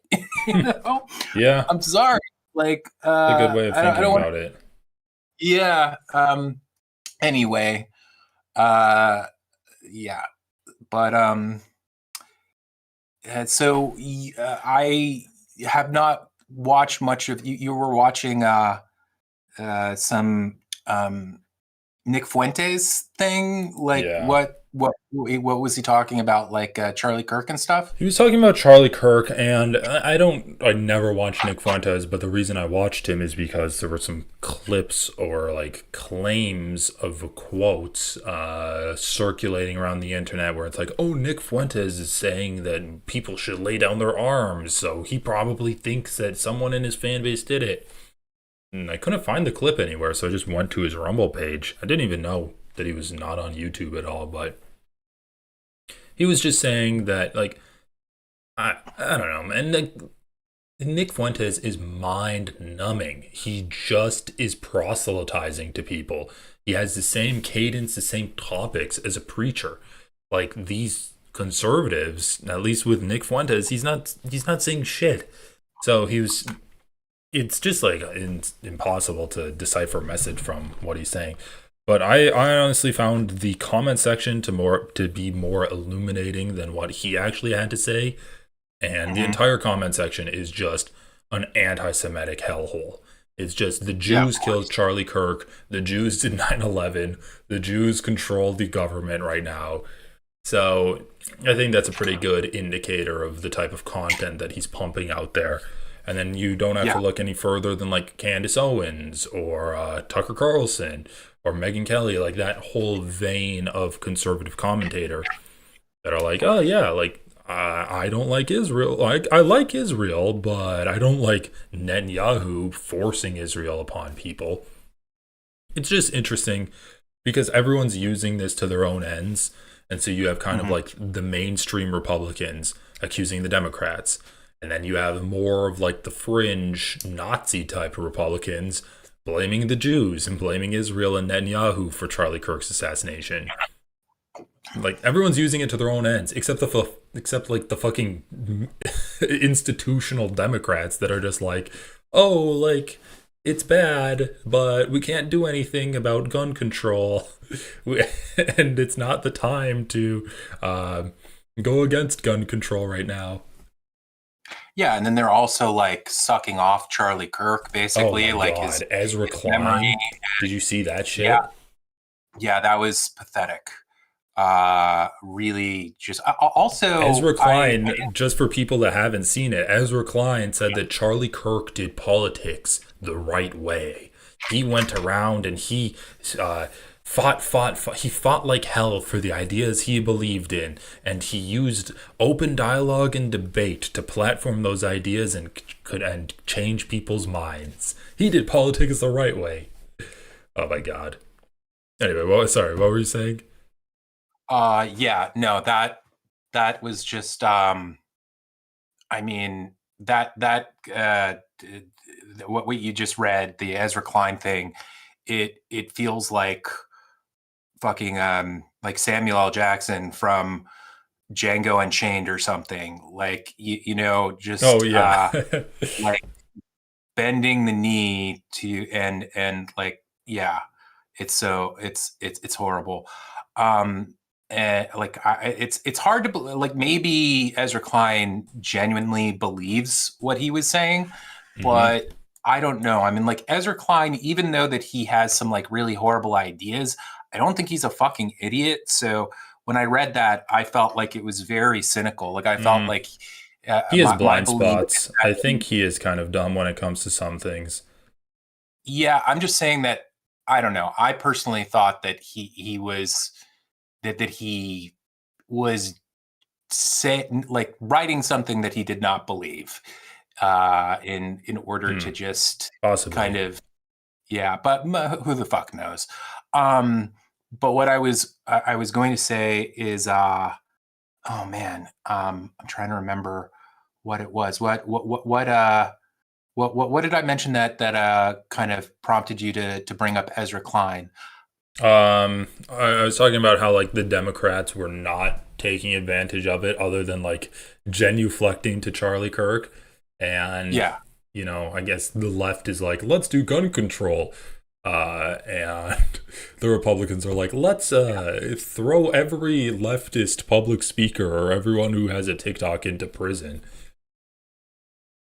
It's just like what how does anyone believe that kind of that feeding Hassan Piker and leftists to the fucking lions, that like maybe that's gonna buy you like 5 minutes worth of internet time, like maybe you'll have like just a tiny, but they're gonna fucking come for you. And it's like, it's so scary, because the only way that we can avoid just the worst case scenario really realizing itself, and all of this kind of having like just what's happening just continuing to get spiral out of control, and for this to kind of for that to kind of last for a long period of time, the only way that we can kind of overcome that is if just tons of people start screaming at the top of their lungs, like, what the fuck is going on? People, like, wake up, Mm-hmm. and not just people like us, obviously, like, people who are in much more prominent positions, and just, celebrities, shit like that. And it just, but the time to do that was like, was before Trump way got more- elected. Yeah, exactly.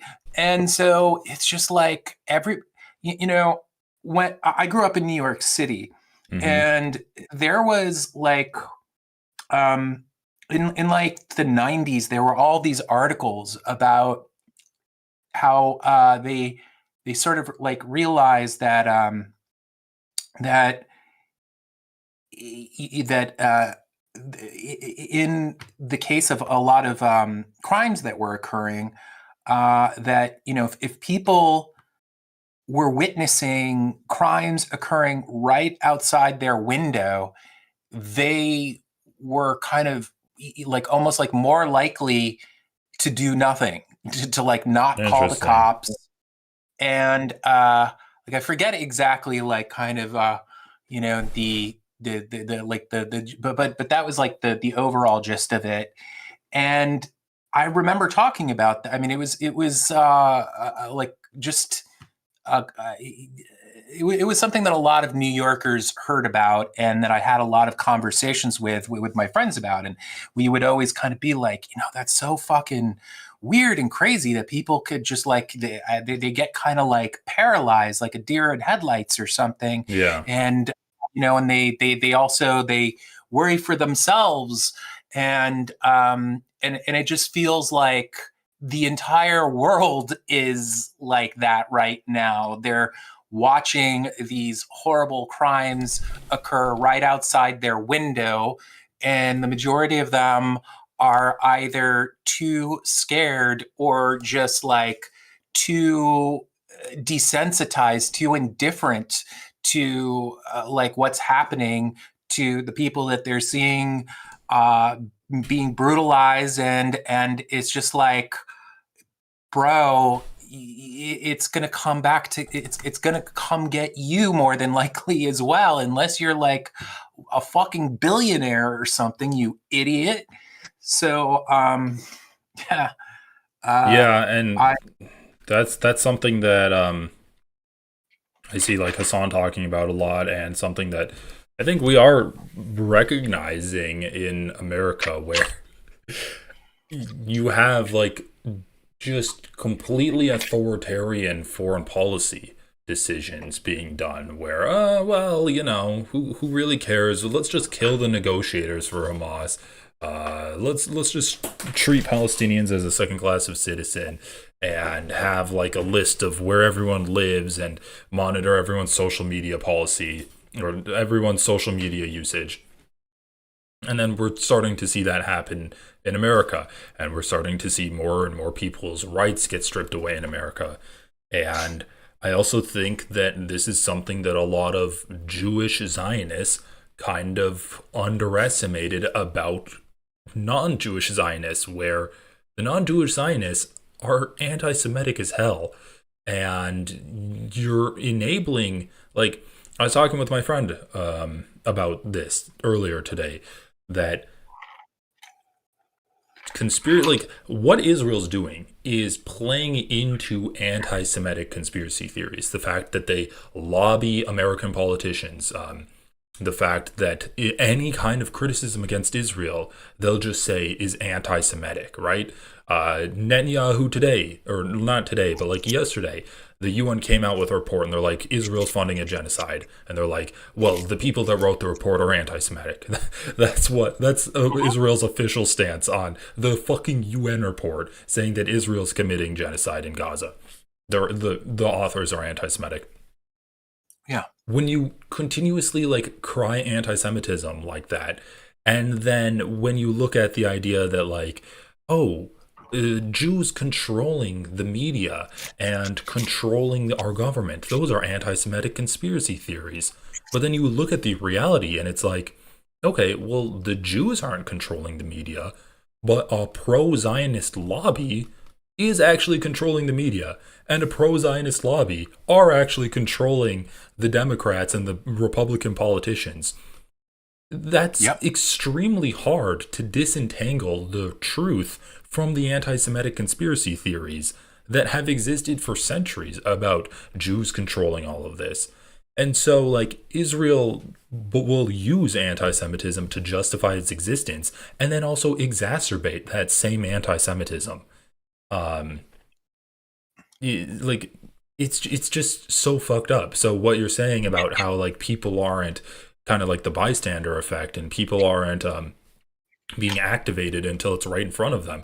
When people that care about the well-being of Jewish people, and I don't necessarily know if like Ethan Klein or Ben Shapiro care about the well-being of Jewish people rather than just care about like Israel as a nation state being successful. But like when they claim they care about the well-being of Jewish people, and then they point to Israel as a success and a place where Jewish people can feel safe, that's actually undermining the well-being of Jewish people. That's actually like playing up anti-Semitic conspiracy theories and increasing the differences between Jewish people in America and their non-Jewish neighbors. Yeah, 1,000%, man. And it's like, without leftists around, or people like ourselves, just you don't have to necessarily be a leftist to come to a lot of the conclusions that you just came to and whatnot. Mm-hmm. But basically, without people like roughly in that camp around, like if they're going to be kind of getting rid of us, like you're all that. The only people that are like anti Zionists that are going to be like left around are going to be the Candace Owens, the Dan Bilzerian, and they're not even necessarily anti-Zionist. They just are anti-Semitic. Yeah, they're anti-Semitic. If they had their own, certainly fucking somebody like no doubt. Oh shit! Hold on, my cat needs. He's got to get kicked out. Okay. I have this one cat wizard, and if he just like wants to play, he's just going to just be like so. Kind of just annoying, nipping at my heels. Yeah, really annoying. He kind of bullies me, honestly. But anyway, so sorry. What was I saying? about how like the only people that are going to be left if they stop the leftists are anti-Semitic people.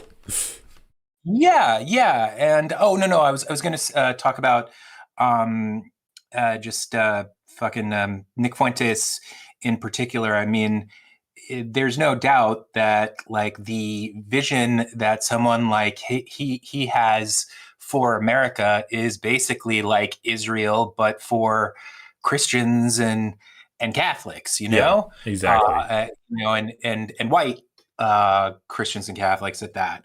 Um, and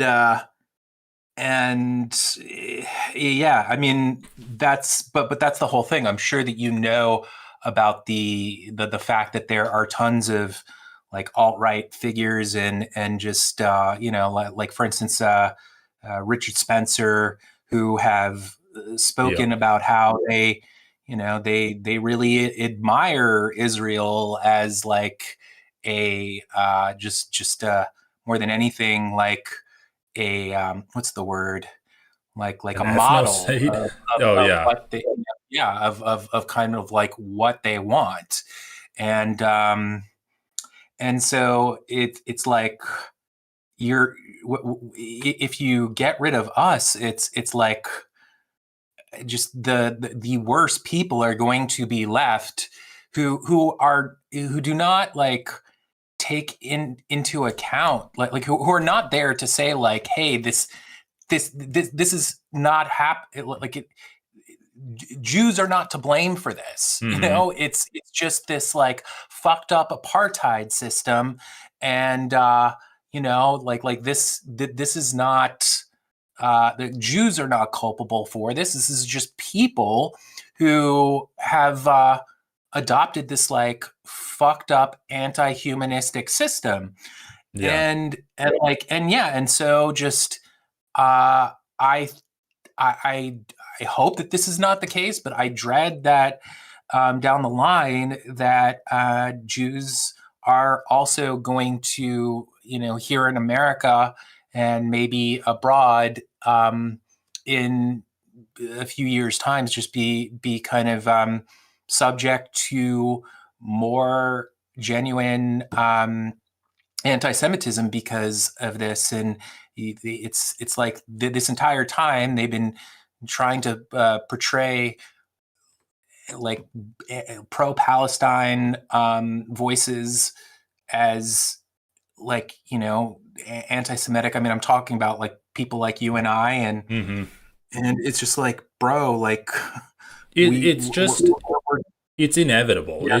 Like the amount of anti-Semitism online that's just naked and blatant is honestly like it's extremely concerning. The open vitriol towards Jewish people is something that I've never experienced in my lifetime before, and it's really just popped off, man. Like it is kind of like a backlash effect. The more that our politicians insist on defending Israel, the more these people like insist that there's something wrong when the Jews are like behind it. I mean, I guess you can point to when Elon Musk really started being openly anti-Semitic back in like when did he buy Twitter? Like 2020? And like he was being openly anti-Semitic before then too. Like reposting great replacement theories. Maybe that's kind of the first kind of like hallmark of kind of an indicator that anti-Semitism was just popping off online. But it's so disturbing. And I mean, I was talking to my friend too earlier, and it's like there's not going to even like the hard part is by this time next year, like there's not going to be a Palestinian Gaza. Like there's not going to be Palestinians in Gaza, and there's nothing you can do against it. And so like we're going to have had all of this protest against Israel, whipped up so much frenzy against Jewish people, and the end result is that the Palestinians are going to be genocided, and Jews in America are going to be persecuted now for being Jewish. Like It's literally just the worst of both worlds. Because the anti-Semitism on the right is not actually energy to end genocide in Gaza. They're not pro-Palestinian. They're anti-Jews. There's not going to be an anti-Israel rally that's being done. Like there might be like a pro-white rally with like anti-Semitic undertones that are done by like Fuentes fans or Candace Owens fans.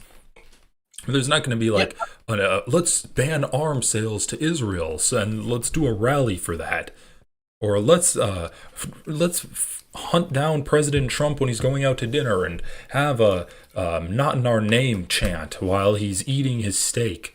Like, no, that's not going to happen. It's just going to be fuck the Jews and the Palestinians. I hope they die too. So that the conspiracy of the end of the world when Israel takes over all of the Middle East will finally come to fruition and Jesus Christ can return and then kill all of the Jews.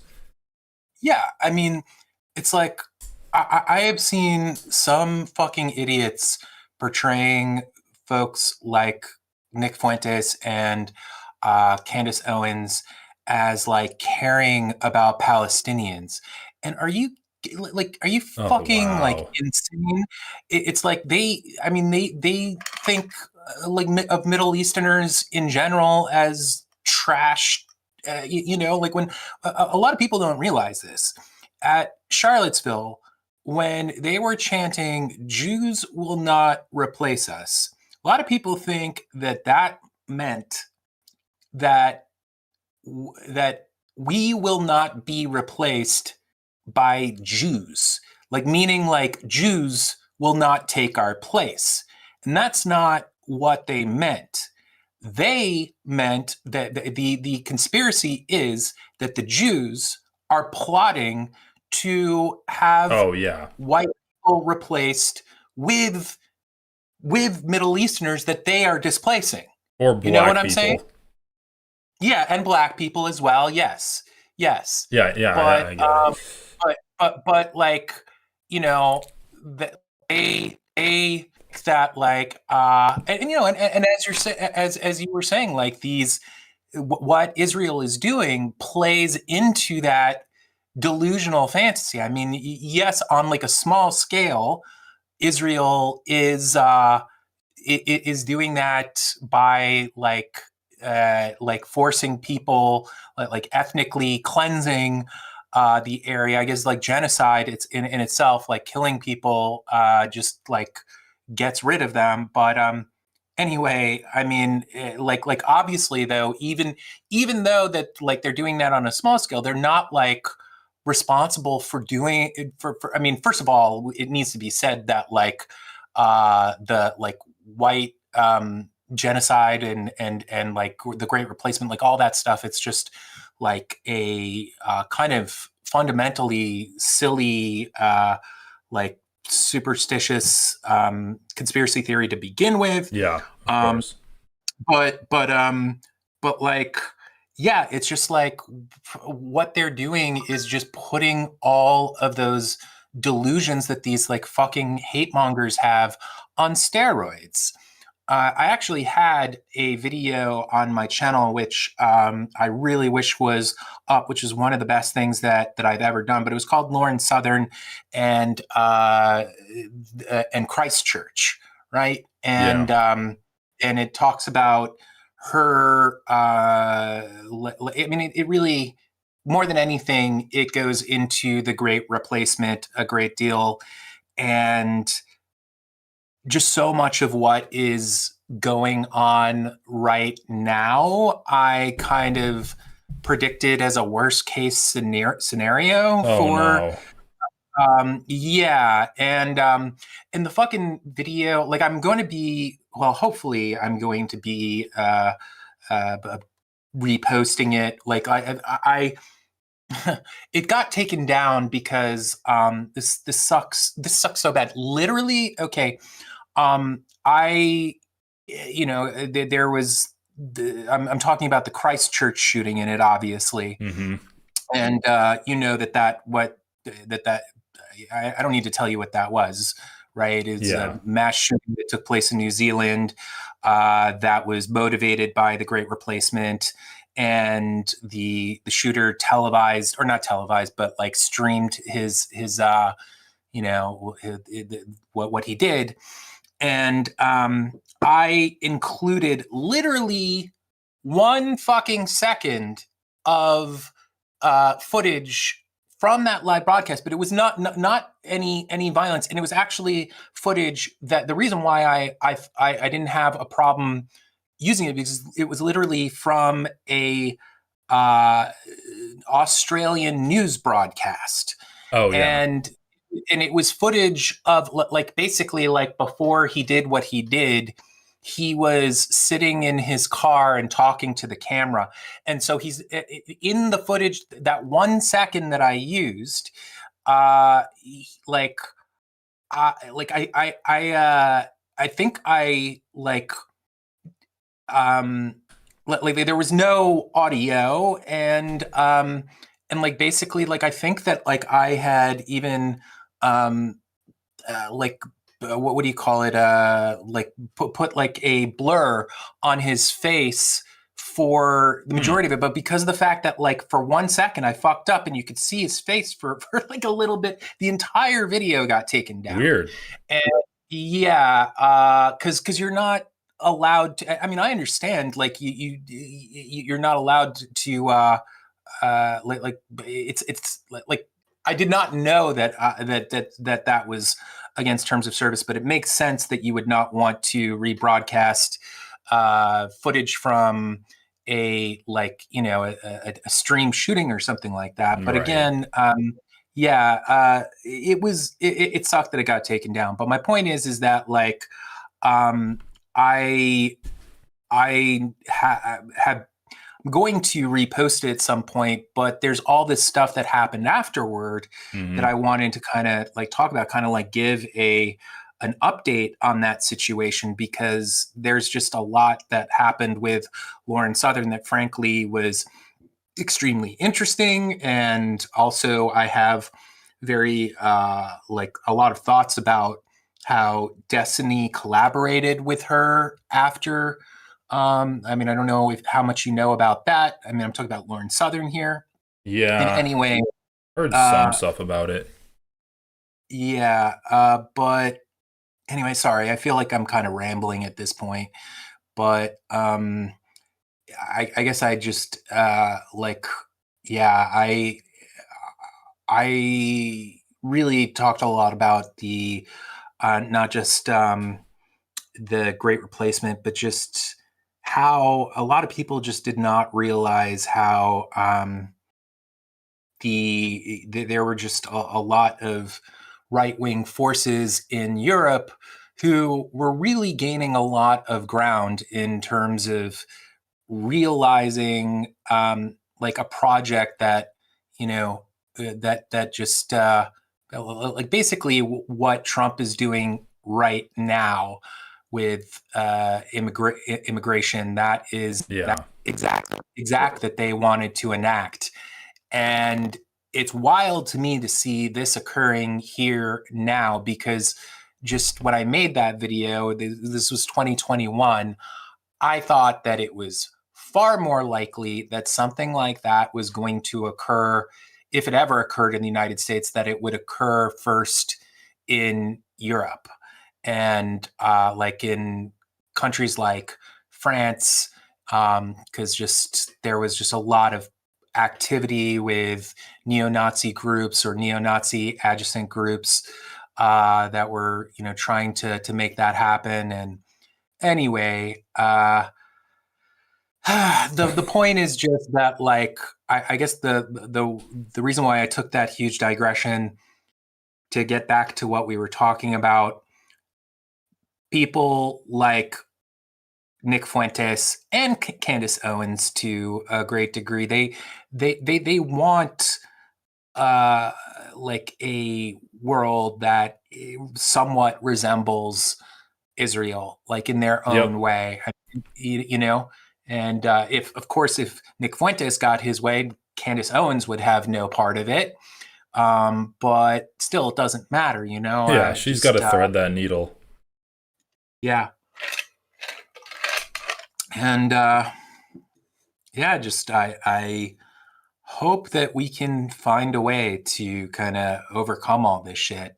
It's like normally, if this, I mean, I could never imagine this happening like in the 90s or the 2000s. But the one thing that really scares me is like if it had happened at that point, you know, there weren't as many mechanisms as like, you know, basically just with the state of technology and whatnot, billionaires who are overwhelmingly evil and whatnot, they have these like systems in place that make me wonder, like with all this power that they have, like how can we overcome it? And you know, if they like really clamp down.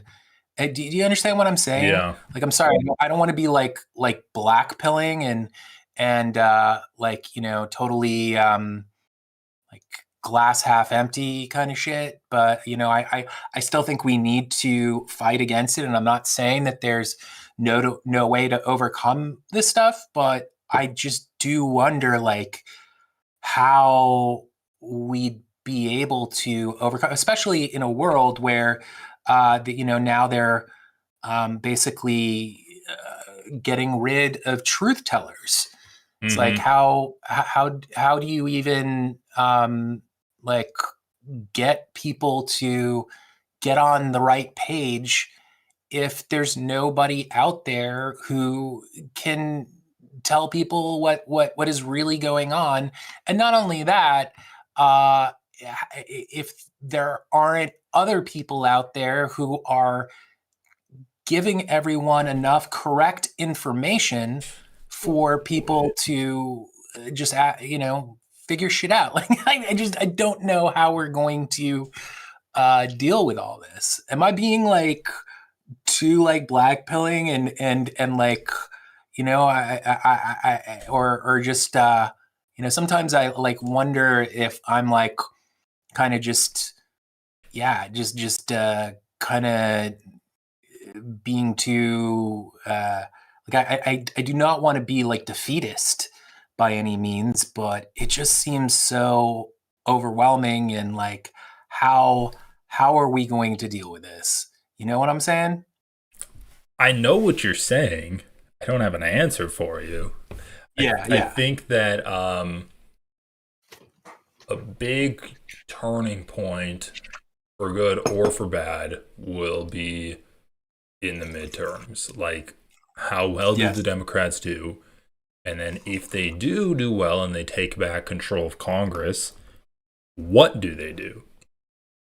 And I like, look, we're witnessing the country descend into fascism right in front of our eyes in real time. It's kind of like a fucking horror movie that you're just sitting there watching. The real scary thing to me, though, is that the Democrats still don't know what to do. I've said it on my stream before. I want them to have a plan in place. I want them to say, all I need is 51 seats in the Senate, the majority of seats in the House, and I can do everything that you want from me. There's, you're yelling at me to impeach Trump, we'll impeach Trump. You're yelling at me to like replace all of these cabinet picks and empower these organizations that Trump has completely neutered. We're gonna like take back control of Trump and make sure that like the CDC is good, the Department of Education is fixed now. I want like a Project 2027, basically. Once we have control in 2027 of the House, we're gonna do all of these things. And there is absolutely zero movement in this regard. Yeah. So it's just like, how can we have any confidence that they're going to be able to rise to the occasion when they can't even back the like the one politician with the most energy, momentum, and like grassroots, like just support fucking Mom Dunny, you know? Yep. Like how can you like if they're not even like willing to go with the flow with that, then like how are they going to like just down the line rise to the occasion? And then also, I mean, to a smaller extent, you know, we'll see kind of how the Dems react to this, but like we were talking about before, you know, fucking Hassan Piker, he is probably going to be discussed. Like you know that like on October 8th, they're going to be like Dan Clancy is going to you know who Dan Clancy is, right? From Twitch. Yeah, I know. The Hello? CEO of Twitch. Oh, can you hear me? Yeah.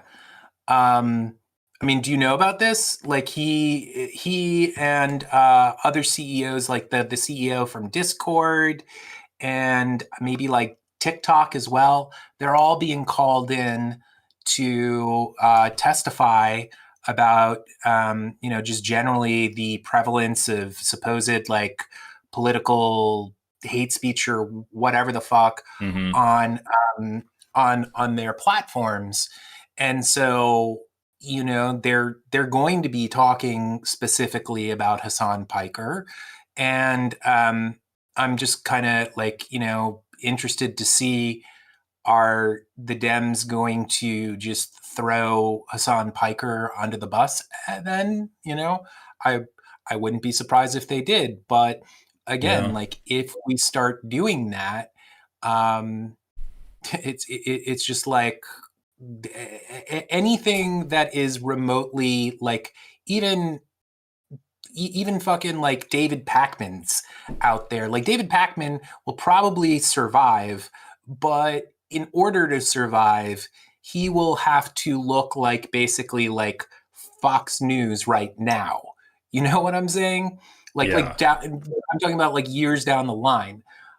So yeah, you're totally right that it is like just watching a horror movie unfold before our eyes. And what have you been doing to keep yourself sane, dude? Dude, I don't fucking know. Venting with people that are in the same boat, it's not good. Yeah, like I totally agree with what Mira in chat is saying, where I mean, look, we're talking about these big problems and they're important too, talking about the actual ways that like the Democrats are supposed to fight back on a federal level. But it is also true that one thing I keep going back to is you gotta know your neighbors. You need to have like a strong support group, because as prices increase, as jobs become less stable and reliable, it's important to have like a good social safety net around you so that you can like just survive with like your health. Like if you have a health care or a health scare and like your Medicare is out, like you're screwed. So I mean that's a really big thing. And once again, like I'm fortunate enough to have like family and friends in the area I can rely upon if I'm sick, or if my car breaks down or something. And it's just going to get more and more expensive to simply live as a citizen of the United States, regardless of whether the Republicans are actually able to be stopped or not. Yeah. So, yeah. All right, man. A little bit blackpilling here, a little bit blackpilling. We got to do. I'm sorry. I'm sorry, man. I mean, I've been like losing my fucking mind, and I do think.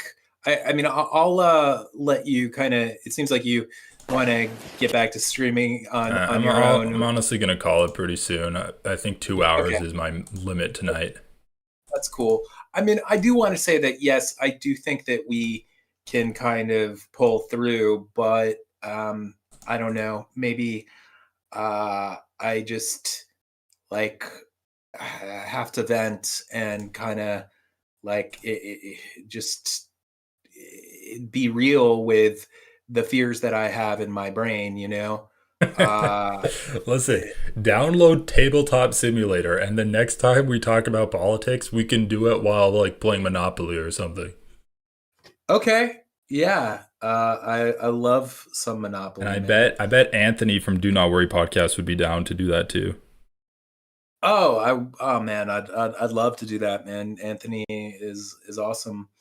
I would really have like a lot of fun talking with that guy. Yeah, and apparently like Ethan Klein reached out to him and is like, "Come on to my podcast and tell me why I'm wrong."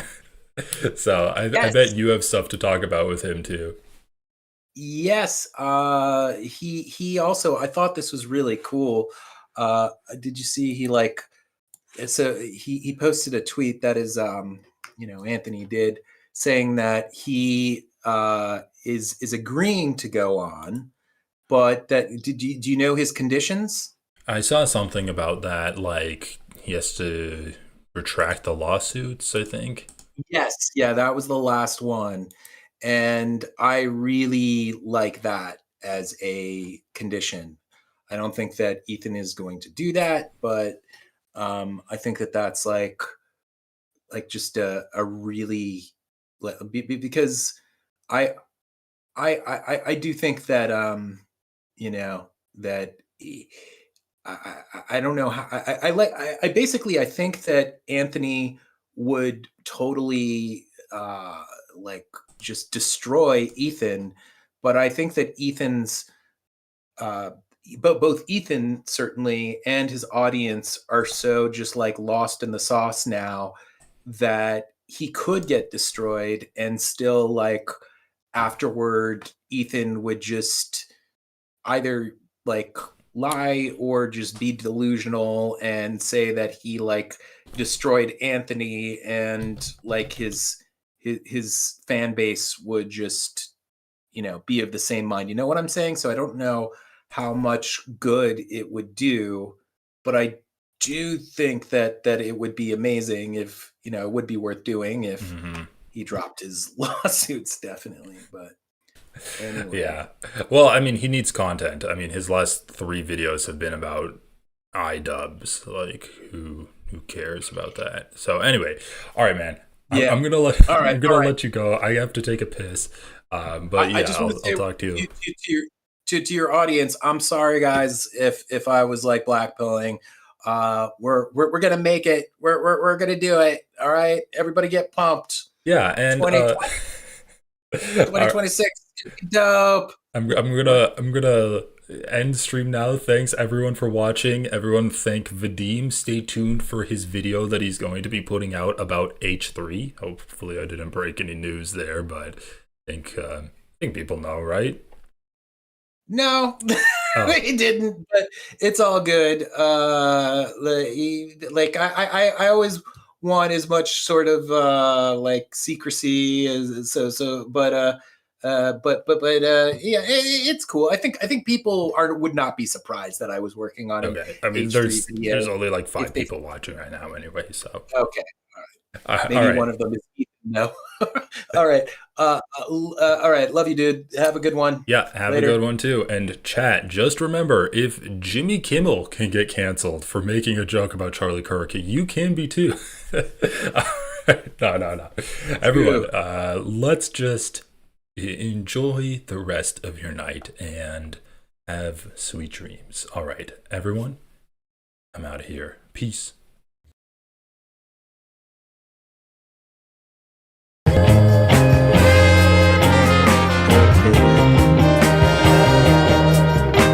Sorry if that was a little